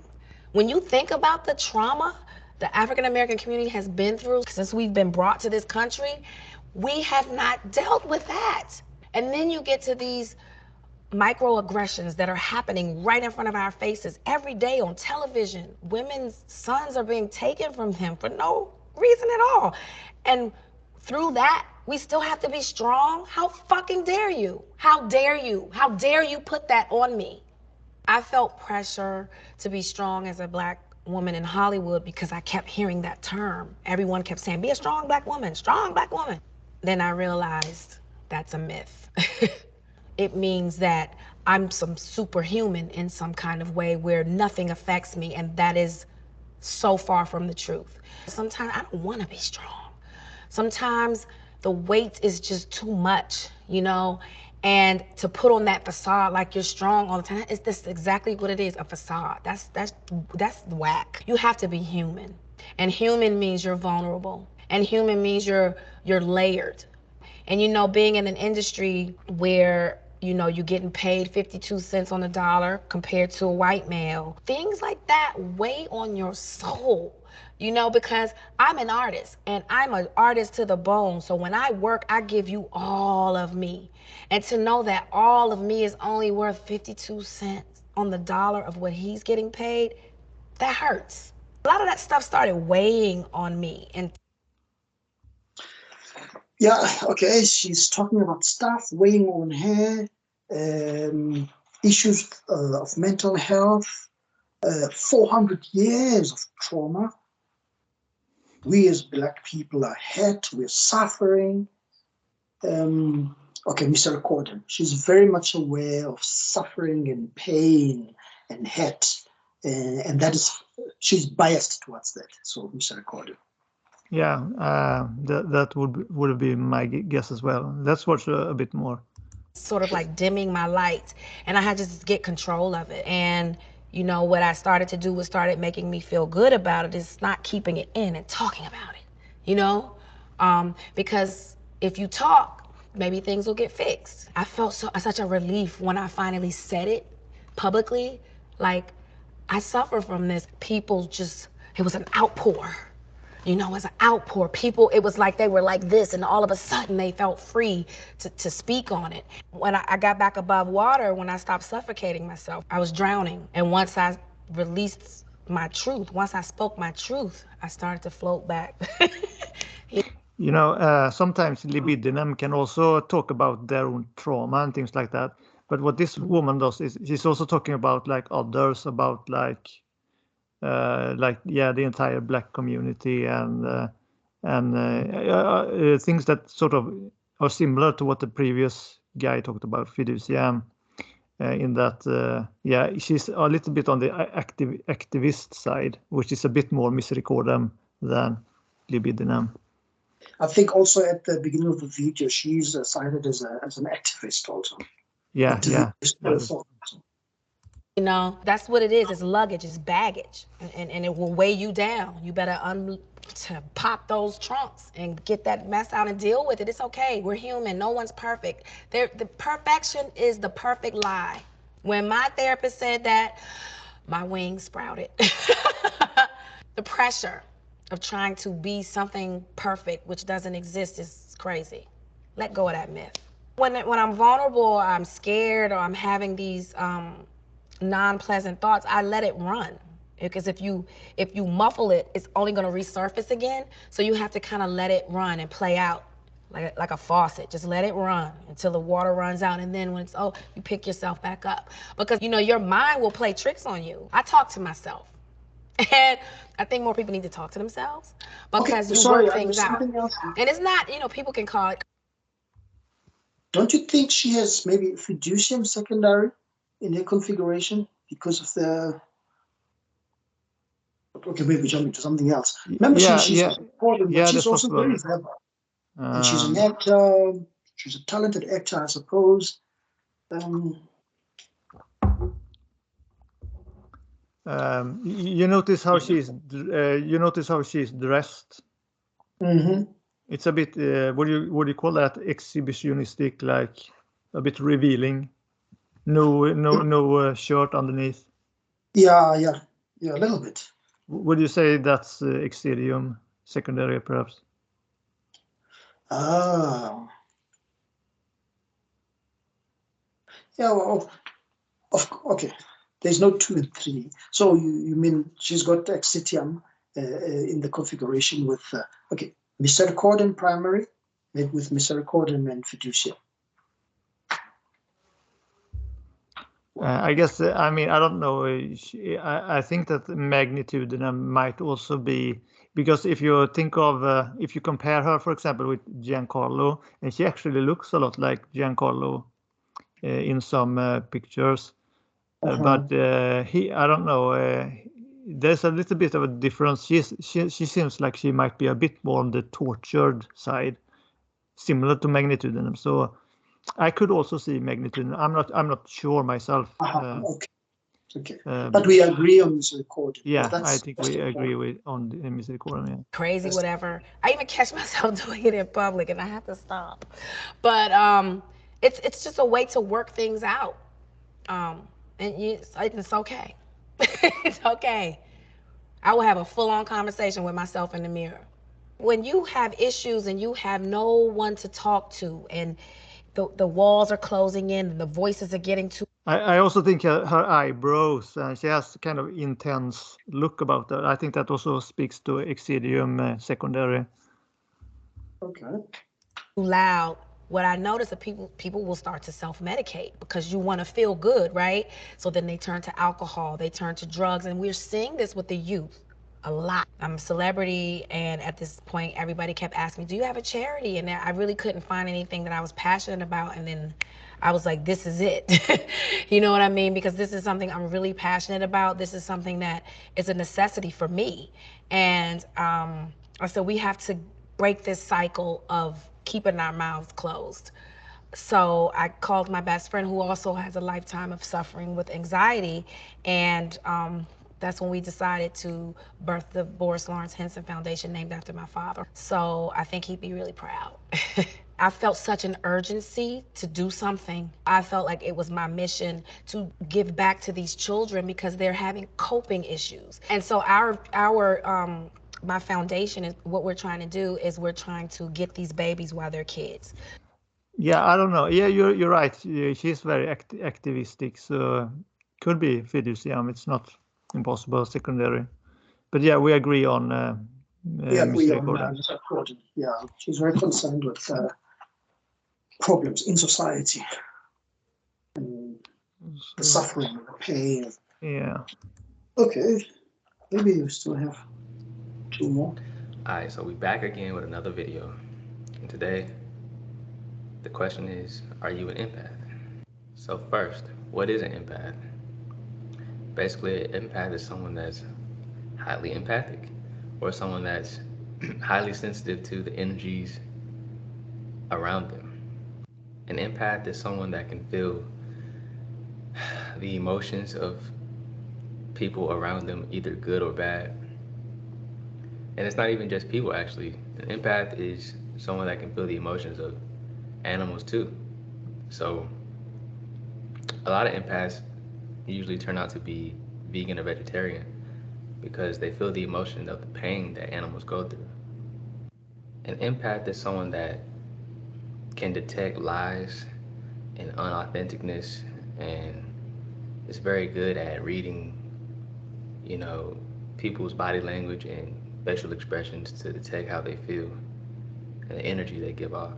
Like, people give off a lot of messages, like, all the time, and messages without words. Like, they give off messages with their body language, like I said. And so an empath can detect this and pick out what's the truth within the way the person feels, even if they're saying something else. An empath is gonna know what's really going on. So an empath is someone that's highly sensitive, and this can be sensitive to loud noises, smells, anything that's just like abrupt or too much. It will mess with an empath. An empath is usually someone that is like the peacemaker, because they can't really stand disagreements and arguments because they feel as though it's pointless and useless to be arguing. And this battle between two energies, they just hate it. They can't take it because it's too much. But what's really too much is being in a crowd of a lot of people. Someone that's an empath really cannot stand that because it's too many energies. There's too many energies and it's overwhelming, and they don't know how to feel. It gets overwhelming because it's just like, imagine being at it's just not everyone's going to be on a certain frequency, so there's going to be a lot of ups and down frequencies. It's just too much, so it gets overwhelming.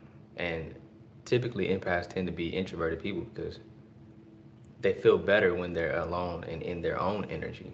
And it's not overwhelming because you literally take on the feelings and emotions of another person, it gets overwhelming at times.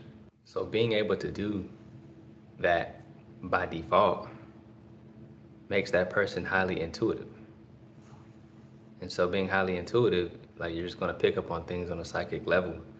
And like I said, being around a lot of people is just going to be too much. Too many things you're picking up on, and you might be the only one to notice it. And it's just like, it gets overwhelming at times. Now, if you are an empath, you definitely understand what I'm talking about, because this can drain your energy. You get overwhelmed a lot and you want to be alone. And so to protect yourself, it's good to take a lot of alone time and time to yourself so that you can, recuperate and charge back, your energy. Most empaths may feel that they... This guy reminds me of you. At first, I could hardly hear him when he speaks. You must really listen, because the words, it's difficult for the words to come out of his mouth. And if you look at his frame, his body frame, he's not a big guy.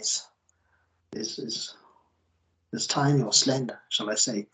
So now the issues there, he prefers to have an alone time. He gets overwhelmed by crowds. They drain his energy and so on. And he's got this sense of being overwhelmed by stuff. So Mr. Accordant, not Mr. Accordant, an abstractor. So I would say an abstractor. He's this guy. He's an abstractor. What he gives off so far is abstraction. And even if you look at him, I mean, Andreas, you almost see similarities. And he tried to define something in the beginning, and he used many examples to define. That's what abstractors do. What you think is big, they can pick it apart, and show you many various parts. So I'm very much inclined to say this guy is abstractor. That's very interesting, because when I first looked at this guy, I was thinking he might be a misericordum, because he talked about being an empath, being very sensitive towards other people's emotions. But as I watched further, I noticed that he leaned more towards that he get drained by energy. So your guess is very good, I would say. But let's watch some more. Sure. Don't fit in the world. But the truth is, empaths really have a superpower, really. And if they use it right, they can help other people. Because being able to feel what someone else feels, yes, it can get draining, but if you know how to protect your energy, you can also help that person with what they're going through, because you already know exactly how they feel. You see what I'm saying? Empaths tend to be very, very creative. And they really, really love music. So like I was saying about loud noises, or just noises in general, you need to be very careful about what you're listening to, because certain vibrations and words in songs, by an empath, it's going to be felt on a higher level. So if you are an empath, try your best to listen to things that are going to raise your vibration and make you feel better.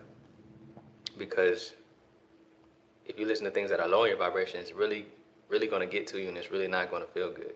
So be mindful of the music you listen to, because it can really affect you on a deep level. He also talks about very sort of mystical stuff, or like spiritual stuff, which is very common of like the sapientium types. It can also happen with other types as well, such as misericordum. But it's one thing that when I first thought that he might be misericordum, because I was looking for a misericordum example. And this is like the only video where he talks about being an empath. He has many different topics. And so I thought, but if he was a misericordum, he would talk a little bit about personal stuff, like have a personal story or something like that, where he perhaps suffered and then he came out well. For example, like Eckhart Tolle or someone. I wonder if there is There is perhaps an echo because maybe I have 2 microphones running, but hopefully that won't be too bad in the recording. But anyway, so I looked up if he had any other interesting videos, and it was his first one where I thought perhaps he would say something personal, but he didn't. But let's watch that one as well. Okay. I think it's a good one. Connecting with soul. I just want to. It doesn't matter. So. Okay, so growing up, since birth, you get all these titles and things that weren't up to you. You get you get called a certain name. You've been given a certain race, which is a title or a label once again.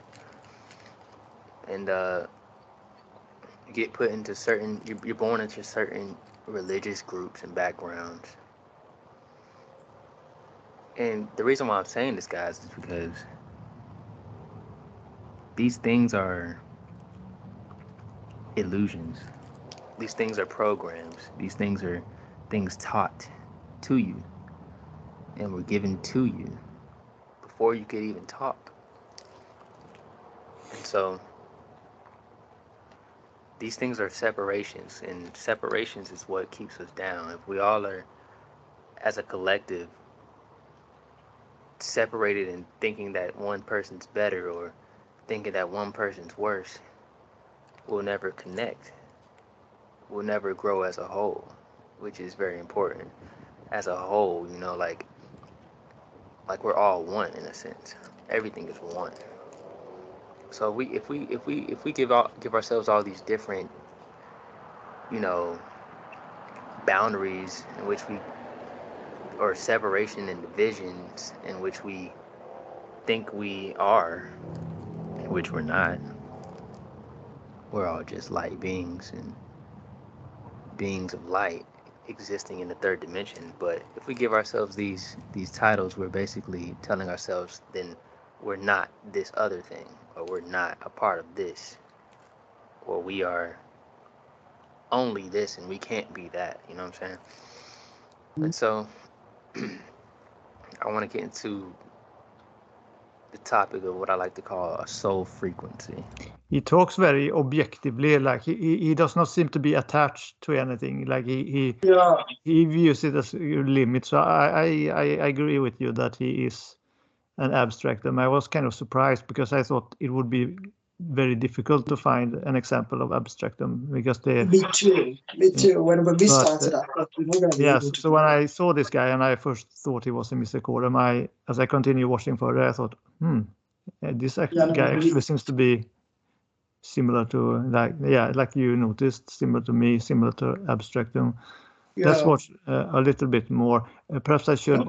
I'll see if I can turn off that annoying second microphone. I should have. I can't believe I have to do this every time. I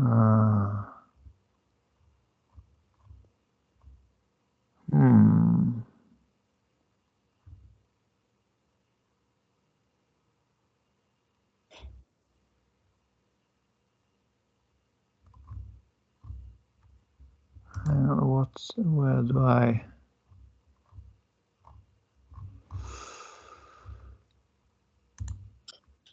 This guy reminds me of somebody. I have headphones on. This guy's facial features remind me of somebody I know, and I never thought that guy was abstractum. He's quite very reserved. He's quite reserved. He's very reserved, but I've been in circumstances with him where we sit and have a good time together. But he's very reserved. Yeah, he's very much to himself. Maybe the guy's abstractum. Yeah, then he finds it. I wonder. I'll check him. I thought he was Magnitude. Can you hear? well, magnetism can be kind of introverted as well. They are perhaps more introverted than I have tended to describe them, because I also made a lot of fiducians that I also ended up changing into fiduciam later. So yeah, perhaps the way I've described and distinguished fiduciam and magnitudinum hasn't been the best, but yeah, I'll try and do a better job in the future on that part. I've learned a lot myself by looking at examples and things like that. You can hear me right now? I can hear you very well. Yeah. Okay, good. Okay, I'm just going to play it a bit more now that we agree that he is abstractum. It really is, definitely. Now, you may run into people in your lifetime that didn't grow up like you, didn't share the same beliefs in their household like you, didn't look like you, weren't the same gender as you, but y'all, something within y'all, when you look into that person's eyes, you see something, that's similar. It feels like family. It's a soul family. It's the way you vibrate. It's a frequency in which you guys match, It sounds like he's talking about types there. And I think also he's talking about the fact that all of us humans, if you, like you said in the intro, you've got these human types, but they actually exist in all races and ethnicities. Yeah. Let's see what the next example is. So yeah. So let's see here.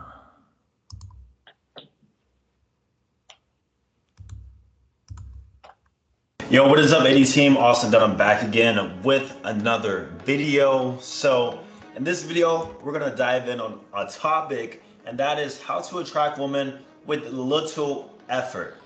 Now, I noticed a trend among people, especially guys, and that is that they want to get women, they want to get with women, but they don't want to put in the work to do so, which really doesn't make sense. And that's a hard thing I've learned about everything in life, is that you get what you put in. But there are some hacks and some things that you can do to where you put in as little effort as possible, but still get big returns.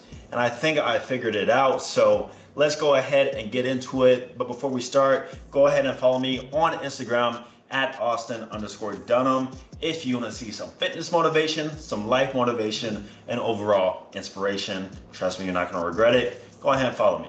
All right, so I mentioned this before, but as a man, you must attract, not chase. Never want to chase women.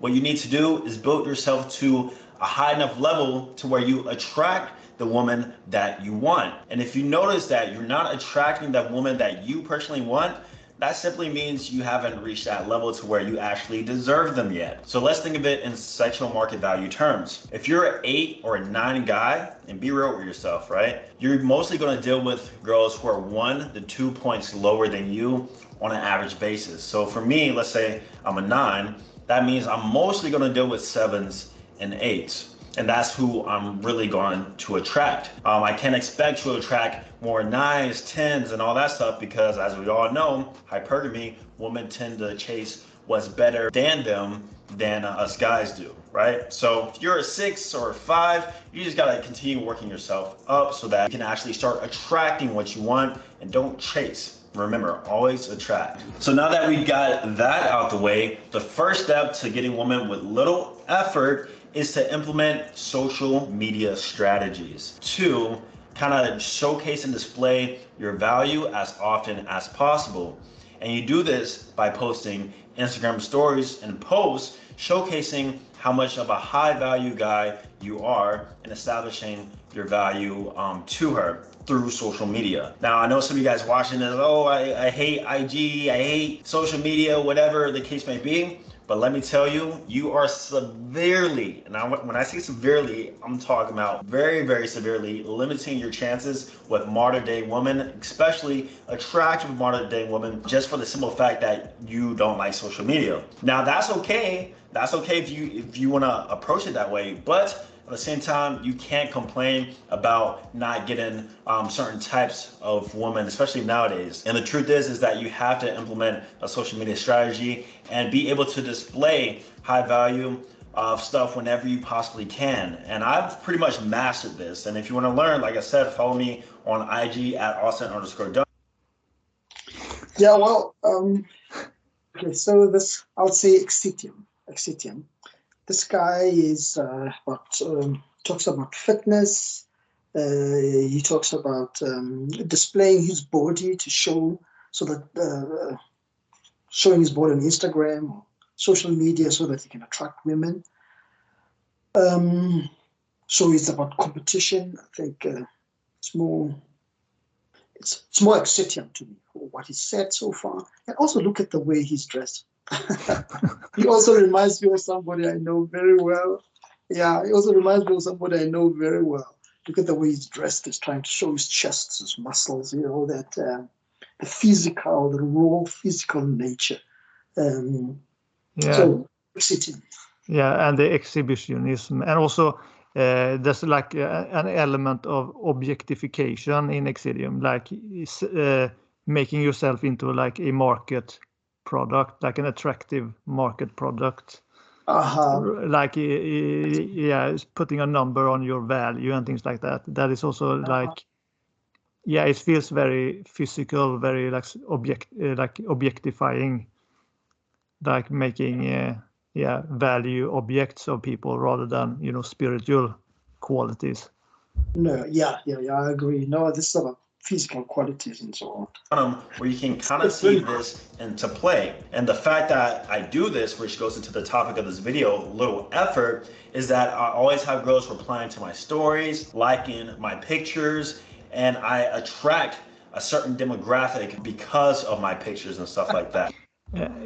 There's perhaps some people might perhaps consider that this guy might be an urbanum with Exitium secondary, because he talks a little bit about like social media presence, and it's a little bit similar to how urbanum is into self-development and giving advice, but he leans more to what's kind of missing here is a bit more talk about being an alpha and some other stuff. So I'm going to show you a second video where he actually goes into more to that, where it becomes even more apparent that he's an Exitium. Yo, what is up, AD team? Austin Dunn. I'm back again with another video. In today's video, I'm gonna tell you how you can remain alpha in a long-term relationship. Because like I said in the past few videos, a lot of you guys watching these red pill videos, how to get girls videos, single dating life videos, you're gonna be cuffed up probably within the next 3 to 5 years. Also, I think that urbanum tries to help you with more than just getting fit and getting girls. It's very sort of. Yeah, I think Urbanum tries to help you with how to fit in society. You know, basically, this guy is like wants to give you tips on how to win girls. You know. So it's best that you are proactive and already know, especially if you're in a relationship now, on how to remain your alphaness. And when I say alpha, I'm using that term as a placeholder for other words like ambitious, attractive, masculine, and dominant. So just keep that in mind. So without further ado, let's go ahead and get into the video. Number one, you must keep your purpose first. It all comes back down to your grind, what you're doing day in, day out, and what made you that attractive, ambitious man in the first place. A lot of guys in a long-term relationship get way too comfortable. They stop going to the gym. They stop doing these ambitious, masculine things that they were doing. And then they, over time, start slowly start falling within her frame. And then bam, she loses interest. And bam, she doesn't view you as the same dominant man that she fell in love with in the first place. So yeah, it talks a lot about being a dominant man and about masculinity and things like that.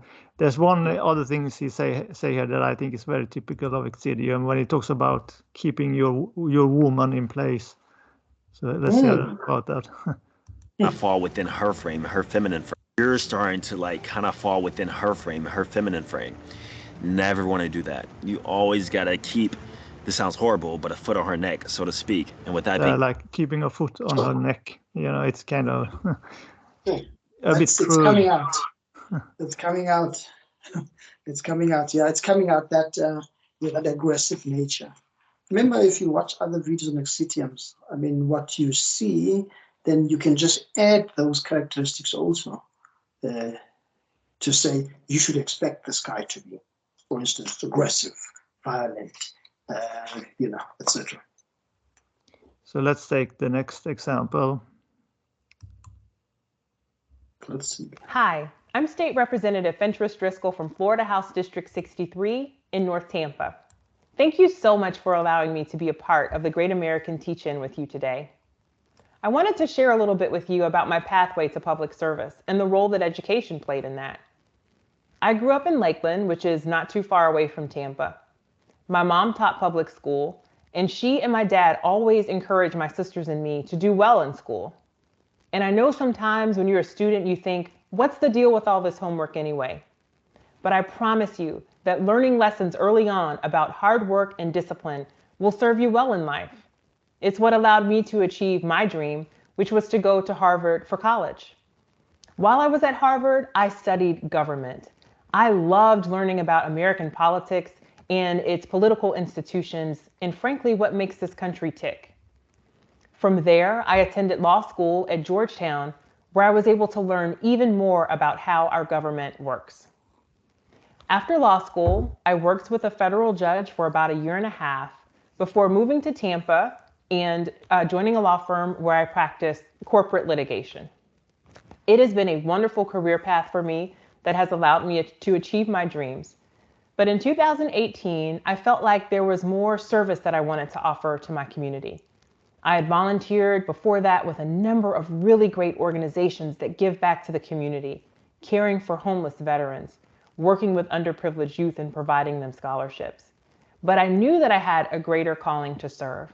And I remembered my passion for studying government when I was in college. And so I decided to run for office and to run to be a state representative. Now, Florida has 3 branches of government, just like the federal government. We have the executive, which is the governor. We have the judiciary, which is our judges. And we have the legislative branch, which is comprised of a House and a Senate. There are 120 members in the House and 40 members in the Senate. In the House, if you serve like me, you're elected to 2-year terms. I was recently re-elected so that I get to serve another 2-year term, and I'm so grateful to be able to do that. Honestly, serving as a representative has been the best job I've ever had. Okay, my thoughts on this one. Yeah. Typical politician. But anyway, let's start with she was raised, and some of the things that she mentions from growing up is that she was encouraged by her parents to do well in school, discipline. She went to Harvard. She wanted to learn how the country works, how government works, and so on. That sounds more like a maritime, because a maritime is becomes this person who wants to know how things work, how things work. They're interested in that. Yeah, this lady, I would say she's a maritime. Yeah, very responsible. And, yeah, I would agree. She's compared to the corpus that we looked at. She's a bit more she has a bit more stature. Like she talks a bit more professional, and she's not quite as laid back, but she still talks about hard work and discipline and things like that.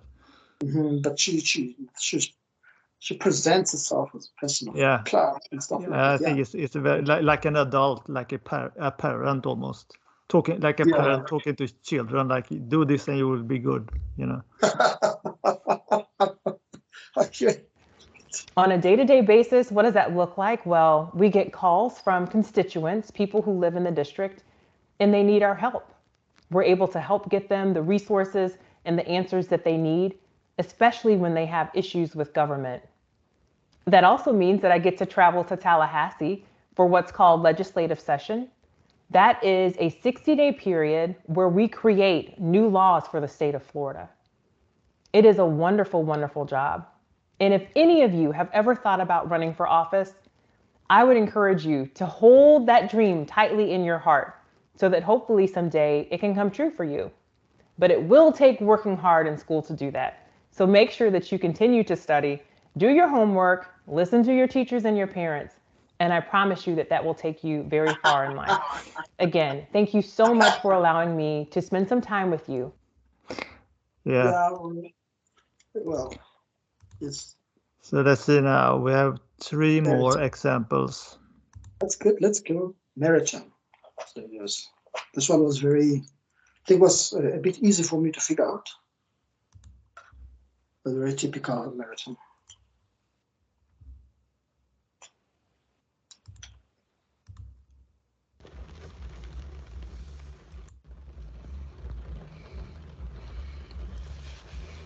What's going on, everybody out there on YouTube? This is Kent. I'm coming back at you guys again with another YouTube video. You know, in this video, just want to tell you guys, you know, how my night is going and all that stuff. You know, right. You know, tonight I was, you know, just feeling a little down. Like always, I'm always down and everything. And you know, I just had to get out and just do something, you know, find something to do, go somewhere, and just treat myself out. You know, I had went bowling. You know, I went bowling by myself. You know, of course it's Saturday night. You know, it's a busy night, and you know, it's raining outside right now, as you can see. It's raining outside. But like I was saying, back to the subject. It is whatchamacallit, it's Saturday night, you know, people are probably out on a date, you know,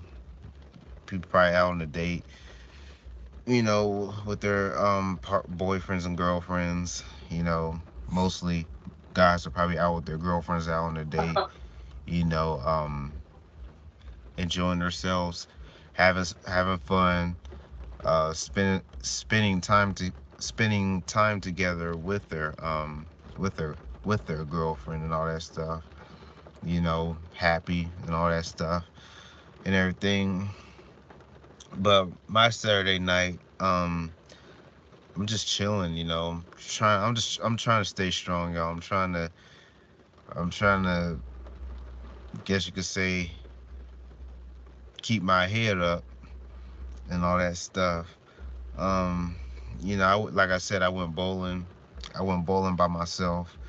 You know, it would be good to have a nice girl go with me, but you know, of course, that's how it is living that single life.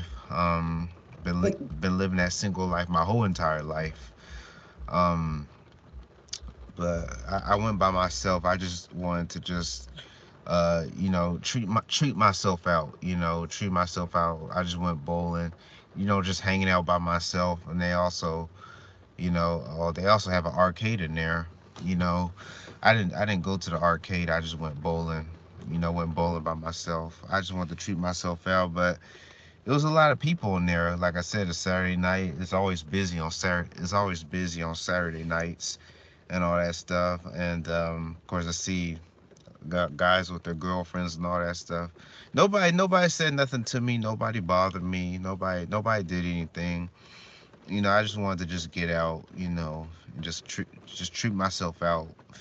You know, I thought maybe I would meet somebody, but to a degree, like when I'm around a big crowd of people like that, you know, I get really awkward, and it just it's kind of hard for me to, talk to people and communicate with them, especially when I'm around a big crowd of people. When I'm around like a small group of people, I feel a little more comfortable on talking to people. Yeah. Okay, this guy sounds like a Mr. Corden. He was by himself. He went bowling by himself. Some guys are out with their boyfriends and girlfriends having a good time, and he's by himself. He's so lonely, and he's uncomfortable with big crowds. He prefers it with when there's less people around him, and so on. So Mr. Corden, you can see Yeah. he's sorry for Yeah, for himself. he still doesn't seem quite as much of a lone wolf as like Magnitudinem, and he's also not as dramatic.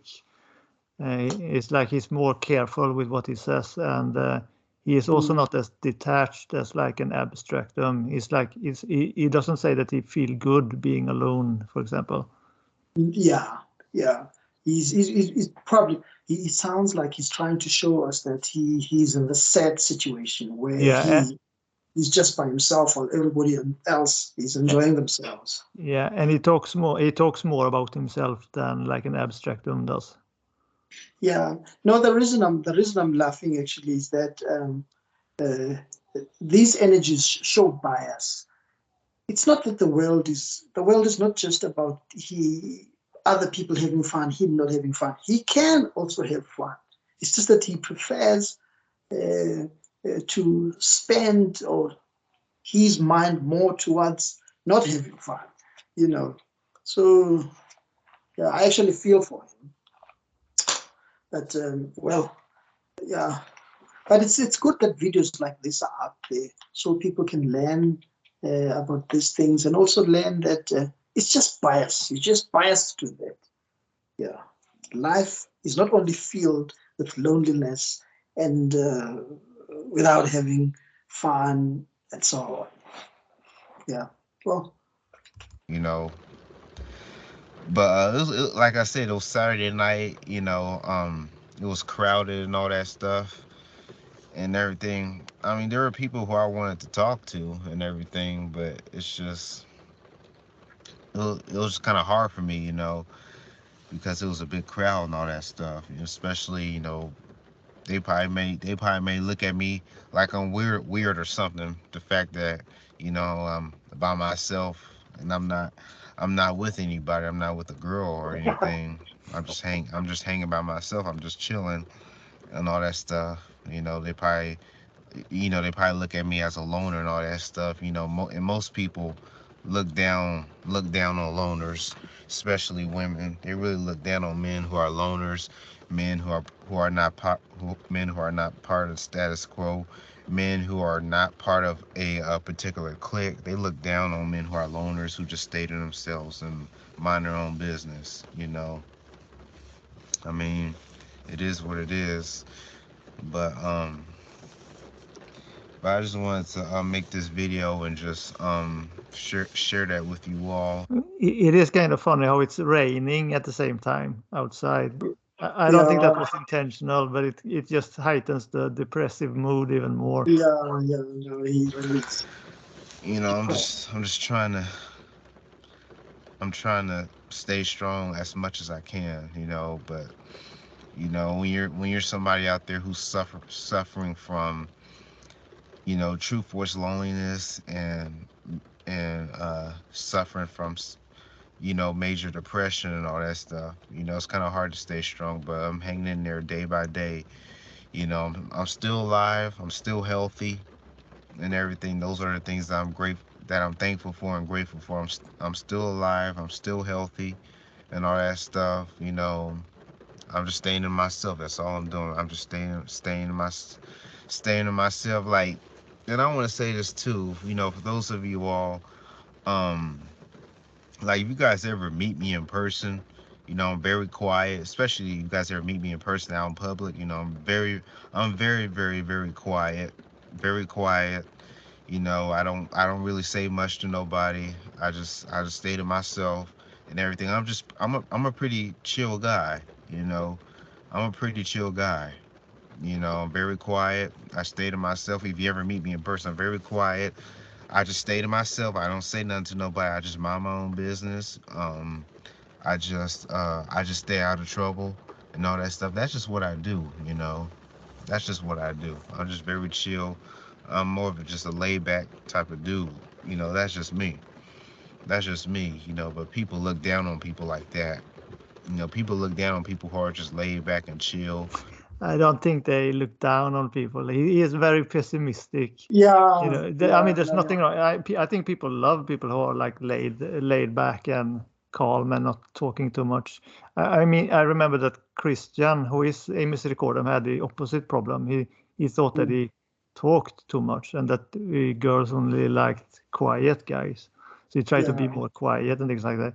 I think it's interesting that he has like the cap on. I don't know. I've noticed that a lot of male misericordians with corpus in the configuration, because I think this guy is a bit more corpusic. I don't think he has meritum or exedium in his configuration.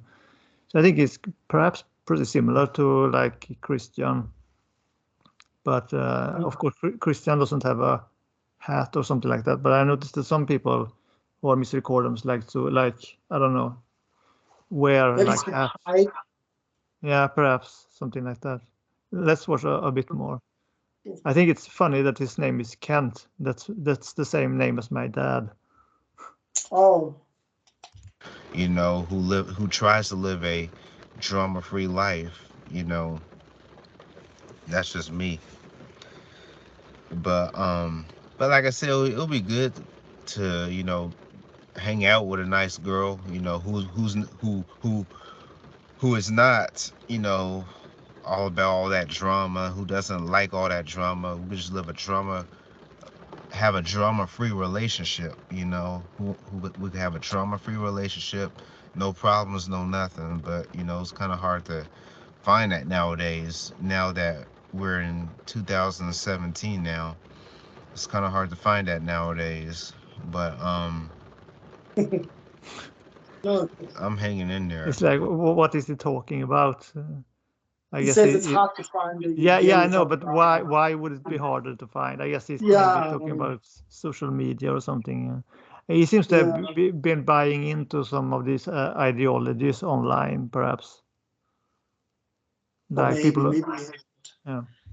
You know, as I'm watching and I'm beginning to see the people I know, even with facial features and so on, people I know, and you know, and I never thought the guy is Mr. Corden. He reminds me of somebody I know very well. Okay, so we've got two more examples. No, we've been going on for a while now, so I think we can. No, it's fine. Let's go for it. All right. Okay. Very Let's interesting. see. Wow, guy called Mr. Corden. This is the Negro Ninja. And today I want to talk about conversations with a bitch and why you shouldn't do it. Well, at least my opinion on it. See, I can give a damn less about a conversation with a bitch. I can give a fuck about a conversation with a woman. And any man that claims he wants a conversation with a bitch is full of shit. Nigga, that's a feminine trait. That's a feminine thing. I just long for the intellectual stimulation. Because like I always say, I said in the previous videos, that these hoes see the conversation as sex in the first place. They see the conversation as sex. So basically, the only dialogue a man and a woman really should be having is sex talk. And it has to lead to ejaculation. It has to. You know, somebody was like, yeah, what about work? See, at work, you can get the sex talk in too. It just depends on your environment, but there's ways around that because women are fucking sluts anyway, so they know what time it is. That's why you have to have fake conversations. See, when you let me first of all, let's go into the conversations you shouldn't be having with these hoes in the first place. I'm not gonna spend too much time on this part. Okay, every time I have had intellectual conversations, stimulating conversations with a bitch, it always leads to arguments because women do not want to really be stimulated. When a woman says she wants a stimulating conversation, that means you got to sit up there and lie to her ass. Tell me the things I want to hear, please. And that's, that's like, it's like sliding a vibrator up to her. She basically saying, put this vibrator in me and press a button. And that's what the lies is doing. You just building this bitch's head up. Yeah, yeah, that's so interesting. Yeah, tell me more about myself. And that's just basically it. You just sitting up there gassing this hole's head up through a metaphorical vibrator. You just slide up in her. And other reasons why you really should have intelligent conversations with the bitch. Because when you have intelligent conversations with anybody, everybody gets in their emotions. Like men, we're not driven by our emotions. Like for instance, talk about something deep. Talk about conspiracies or something, for example, and a person might even get scared. Like, damn, y'all niggas talking about aliens. No, nigga, I seen a light the other day. That was an alien nigga. Now picture a bitch thinking about that. Just something that makes a bitch scared. I'm just saying, not usually that, but just speaking truth might make a bitch scared, and they go on emotions. So they're gonna either argue with you or they just basically do whatever they can to not really focus on the truth of the conversation. So that goes out the window. See, having real conversations with a bitch just doesn't benefit you. When you have real conversations with a bitch, everything goes south but the bitch. You know what I mean? That's why you have to have that sex talk. You have to have sex talk with these hoes, nigga. What you think social media is about? You think social media is about, oh, let's get to know this person. Let me know how smart she is. Niggas know how smart a bitch is. We don't have to talk to her ass. You can just say that shit. We ain't gotta know. Oh, damn, that bitch, that's smart. You can just tell by how she look. You're like, that's a smart bitch. I want some brains from her. I just want to, I just want to pick your brain with my penis, please. That's basically it. So, like the guy was like, yeah, what about at work? And that's what I'm like, if you can't have sex talk at work, first of all, you have to have the fake conversations. A fake conversation is a conversation that's not really about shit. You're just interacting with this bitch, and she knows it. Like, you just don't talk about nothing real. Shit. And if you struggling, talk about the weather or something. Just talk about something. It's all about engaging these hoes, and you got to let this shit build up. You know what I mean? Because I can't tell you how many times that hoes just talk to me because they just know I want to fuck. They just know it. Like, damn, that nigga want to fuck. I'm gonna just, hey, how you doing? And that's what I'm talking about. Real conversations. You have to build that shit up with sexual tension. Okay. My opinion is that this guy is interested in intellectual stuff. So, but he's not. I like abstracting. He's not like objective about stuff. He's very judgmental. He calls women bitches. It looks like he hates a conversation that leads to an ejaculation, as if there's something wrong with that, So he sounds more like magnitude to me, where he expects a certain big or a grand kind of a conversation, high level conversations, not just a conversation about sex, stuff like that. So I see and the fact that he's ranting about these things and he's is complaining, actually judging them to be unworthy of him to be talking to women and stuff. So I see a lot of magnitude. But I think that I think what he said was that he thinks that a man and a woman should talk about sex or something like that. Oh, I thought he was saying they shouldn't. I thought he was saying he wants an intellectual conversation.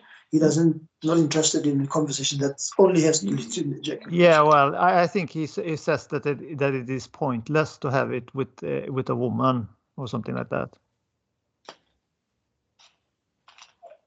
Is it? What's the point? But let's keep watching a bit more. Okay, let's watch. Let's see. Look at this bitch's ass.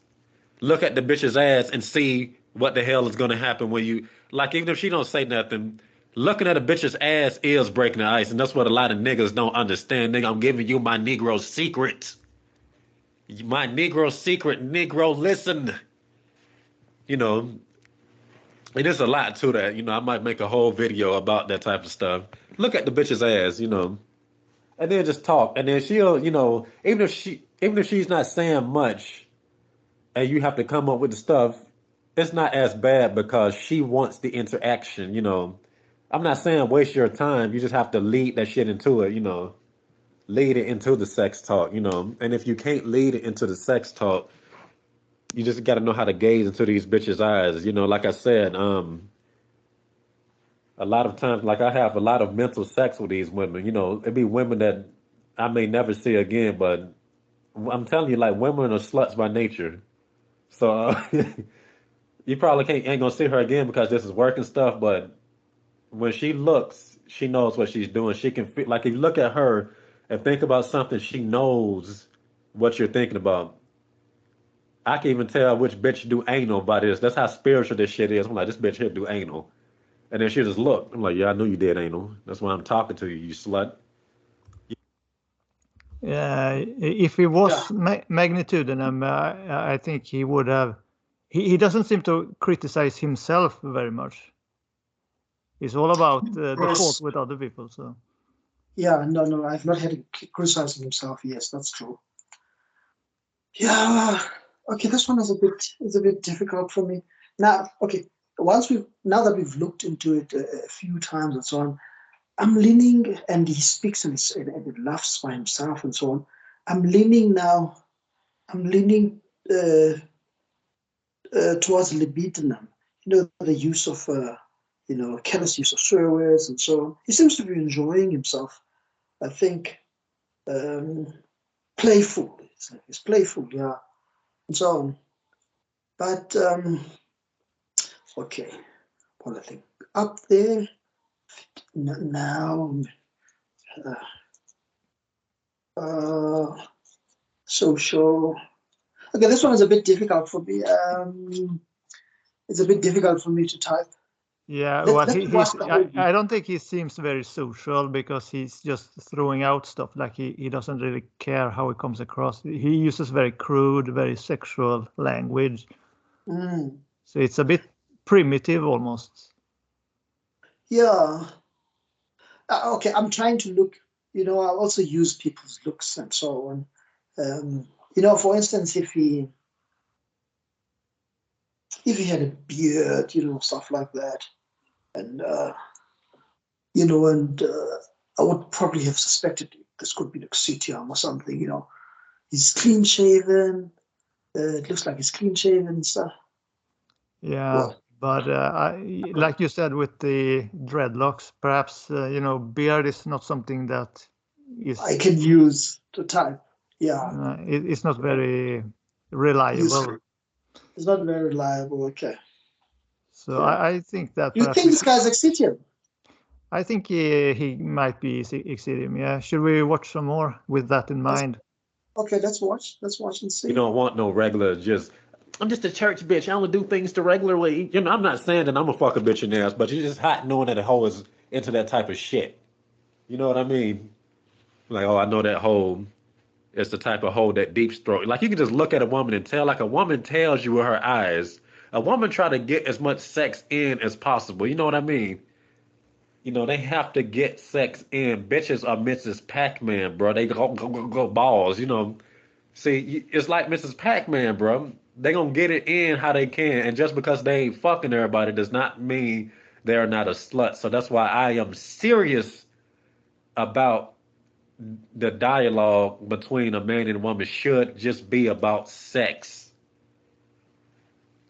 Look at her in certain ways. The fake conversation. You know, this is the thing about the fake conversation is the attention you're giving her. The attention you're giving her. Negro, can you tell me that you can talk to a bitch without getting an erection? I'm gonna give you like 5 seconds to think about this answer.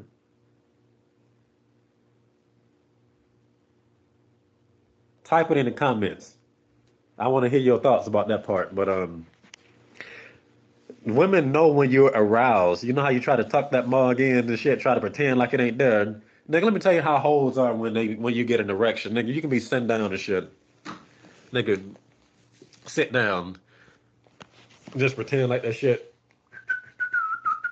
Then you know how you be reaching your hand in your pockets and shit, acting like you're reaching for something when you're really just trying to tuck your dick in. Stand up. Stand up and watch what happens. Tell me it's not going to be at least one bitch that look at you while you stand up. Them hoes is like birds looking for a worm or something. That's what I'm saying. And that's, matter of fact, with this logic here, you know, this is why I'm finna jump to another topic a little bit. Or should I make that another video? I'm trying to think. So would you say that Exidium is possible? It is possible. I would say it is possible. Look, from the start up to the end, this guy has been on about sex. Yeah. You know, about sex and so on. That you will find with Exidiums. But it's interesting. Like, yeah, I think I've learned a lot here. It's interesting that you should actually take the content from the person and first, and not jump quickly to features. I used to use a lot of generalizations about, you know, how people look, the beard. Versus Exidiums, I would expect the beard, you know, the hair, maybe, you know, a little roughed up and so on. This guy looks so smooth, clean shaven, and so on. Yeah. Okay, but the content of what he's saying is about yeah. sex. So that's yeah, I agree that he is Exidium. So that's watch the rest of it. It's not. It's less than a minute left. So. Okay. You know what? I think I might make that another video. But bitches know when you get the erection, nigga. It's like the erection is an antenna. It's a slut antenna. Because, nigga, I'm telling you, as a matter of fact, when you get the erection, you can spot sluts easier. So you got one slut you're entertaining, and you're going to just automatically sense the other sluts around you, just like, damn, there's a lot of hoes in here. Which is what we're trying to tell you niggers on YouTube.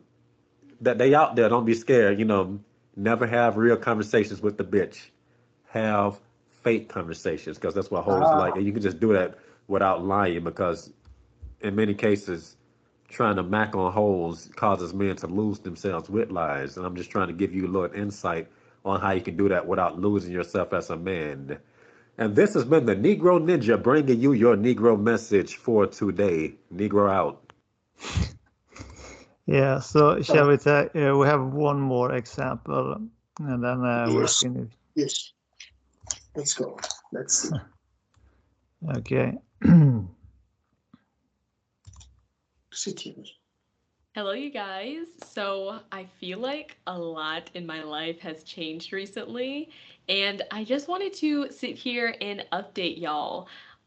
It's been a while since we've spoken. My last video was my Minecraft 1.19 video, which is something I've been wanting to do for a while and then kept getting postponed, but then obviously I didn't really upload much during the rest of the month of September. So I just kind of wanted to talk about what has been going on in life, because a lot has definitely changed, and I feel like I'm in a huge season of transition right now, and I'd like to have you guys kind of feel a part of like the journey of this channel, and just to let you guys in on little parts that I choose to share about my life. So first things first, you probably have noticed that I film in different backgrounds in a lot of my recent videos, and the reason that is because my family recently has moved. So I still live with my family, and so we've moved into a new house, and so one of the main things that's really just been, you know, the cause of the lack of uploads is the move and just really getting settled into a new routine in a new house and in a new part of town. Yeah, I really feel like I haven't had much structure lately, and so that does definitely include like YouTube, because I don't really have, or I didn't really have a routine beforehand, and then the move just kind of, you know, didn't make that any better. So it's just been a lot of adjusting recently to life, and figuring out what life looks like, I guess, in this new season. I also feel like recently I've just been going through a lot of transition in just my life as a whole. I feel like a lot of personal goals I've had, either have changed, some have halted in a way that I didn't necessarily want or expect, and that's been kind of hard on my my mental health as well. Again, I want to be conscious about like what parts of my life I do decide to make public and not. And I feel like some parts I don't necessarily want to explain all the details about, but if you guys have ever kind of had like a goal you've wanted to work towards and then you've been starting to slowly make progress towards that goal, and then something happens and you kind of feels like you ended up at square one, that is what it feels like with a few different areas of my life, and that's been kind of, you know, something I've also been navigating in the midst of the move.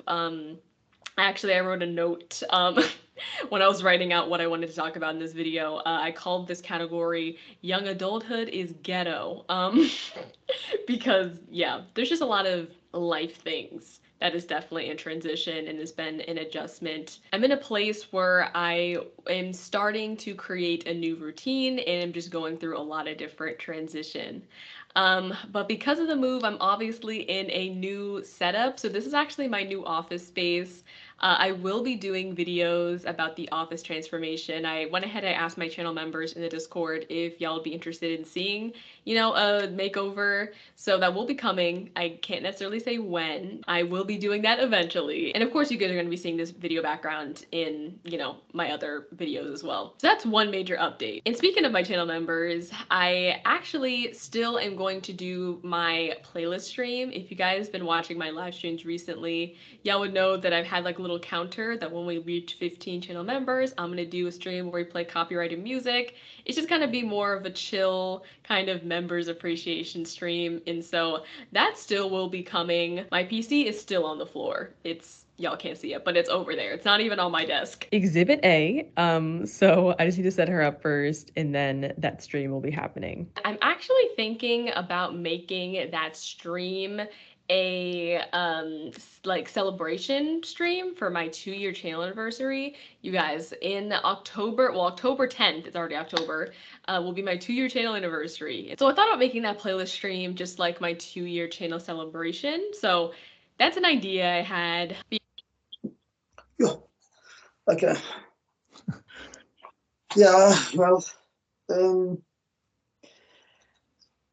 for Fest, I've actually struggled to try and find out what actually is talking about.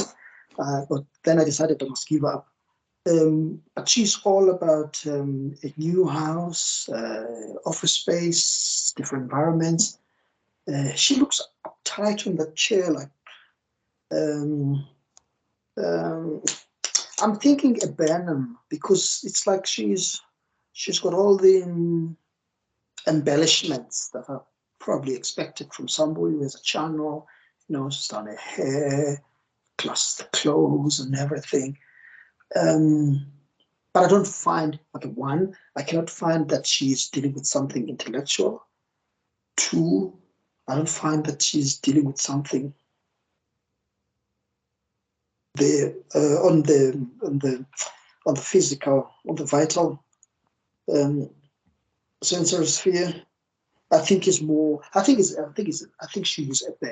she's a Burnham. Let me just say it. What do you think? Yeah, I think that is a good guess. This girl is actually I think she plays video games. So she has a YouTube channel that is usually about video games, but you don't really get much of a sense what type she is from that. Here she's talking more about personal stuff, about moving. So that's why I picked this video. But I figured we could watch a little bit more about that, because she's talking here about making like a stream, a live stream where she's celebrating, I think it was 2 years of having a YouTube channel or something like that. But let's watch a little bit more, because you know there are many types that can be into playing video games and have a channel about that. But let's look for Urbanum. It could very well be. Yes, regardless, there will be a playlist stream to, again, thank you guys for supporting me on my memberships. And it's just going to be a good time for everyone. Some other updates. I also want to let you guys know that there are videos I have been working on in the background. and those will still get uploaded. A few weeks back, I asked you guys if you guys have questions about how to run or set up The Sims 3. I'm actually working on like a Sims 3 game improvement guide thing video that I'm excited for. I think you guys will find it useful because even though I haven't uploaded like Sims 3 specifically in a while, I still continue to get questions on my Sims 3 videos about, how to work the game and stuff. So what she's talking about there is not just it seems she's not just making videos about playing video games as entertainment, but she's like trying to help people like how to work some games or perhaps how to set them up and things like that. So that does fit Urbanum, I would say. Okay. I have seen a lot of, for example, there are libidinums who have video game channels, but they mostly, talk about some general stuff and playing and being entertaining. They're not trying to help other people with like how to set up games and things like that. Oh, I see. So I think, you're right. I mean, there's nothing that perhaps stands out, but she does look very much like an Urbanum and has that energy. So yeah. So I'd say this is Urbanum. I brought her as an example of Urbanum, and you got that. Let's watch a little bit more before we close this. I figured I'm gonna just make a one-stop shop guide that can hopefully help y'all, and hopefully that comment section can also be a place where folks can help each other, fix their games. So that will still be coming. Feel free if you guys have, specific questions about how to run or set up The Sims 3, either on a PC or a Mac, you can leave those in the comments below, or in that comment section of that community post, and I'll make sure to have a section where I address your specific concerns. I'm also going to be starting a new Let's Play for the month of October and, through November, more than likely. I had you guys vote on a poll recently about what game you guys want to see me play for spooky season. So last time I checked, Heavy Rain was in the lead, and so it looks like we're going to be playing Heavy Rain, and I want to make this a live stream Let's Play. I haven't done a LP that's been completely live. Don't worry, the regular video LPs are gonna go anywhere, but I wanted to try to do just a live stream LP just to see how it would go and what the dynamic is like, and if I like that formula, if you guys like that formula. I know there's definitely perks and drawbacks to having a series completely live, and of course you guys can go ahead and rewatch the VOD. So I think that's enough. Yeah. Oh no, thanks. This has helped because it has also shown me a few things about what I've been trying to do, in terms of what, for instance, this typical things that I used to use, beard, hair, glasses, and so on. Those are not necessarily the thing. Yeah, I was checking now. I remember I've like reading in the news. I've seen Exitium types who are clean shaven, who go into great lengths, like even gangsters, for instance, like clean shaven. You wouldn't, which I used to associate with more softer personalities, I would say, than Exitiums. I was trying to type a professor today. She's a university professor. She's a mathematician. The lady's a mathematician, yeah. But I thought the prof was libidinum. I was trying to reconcile the two, mathematics and the libidinum.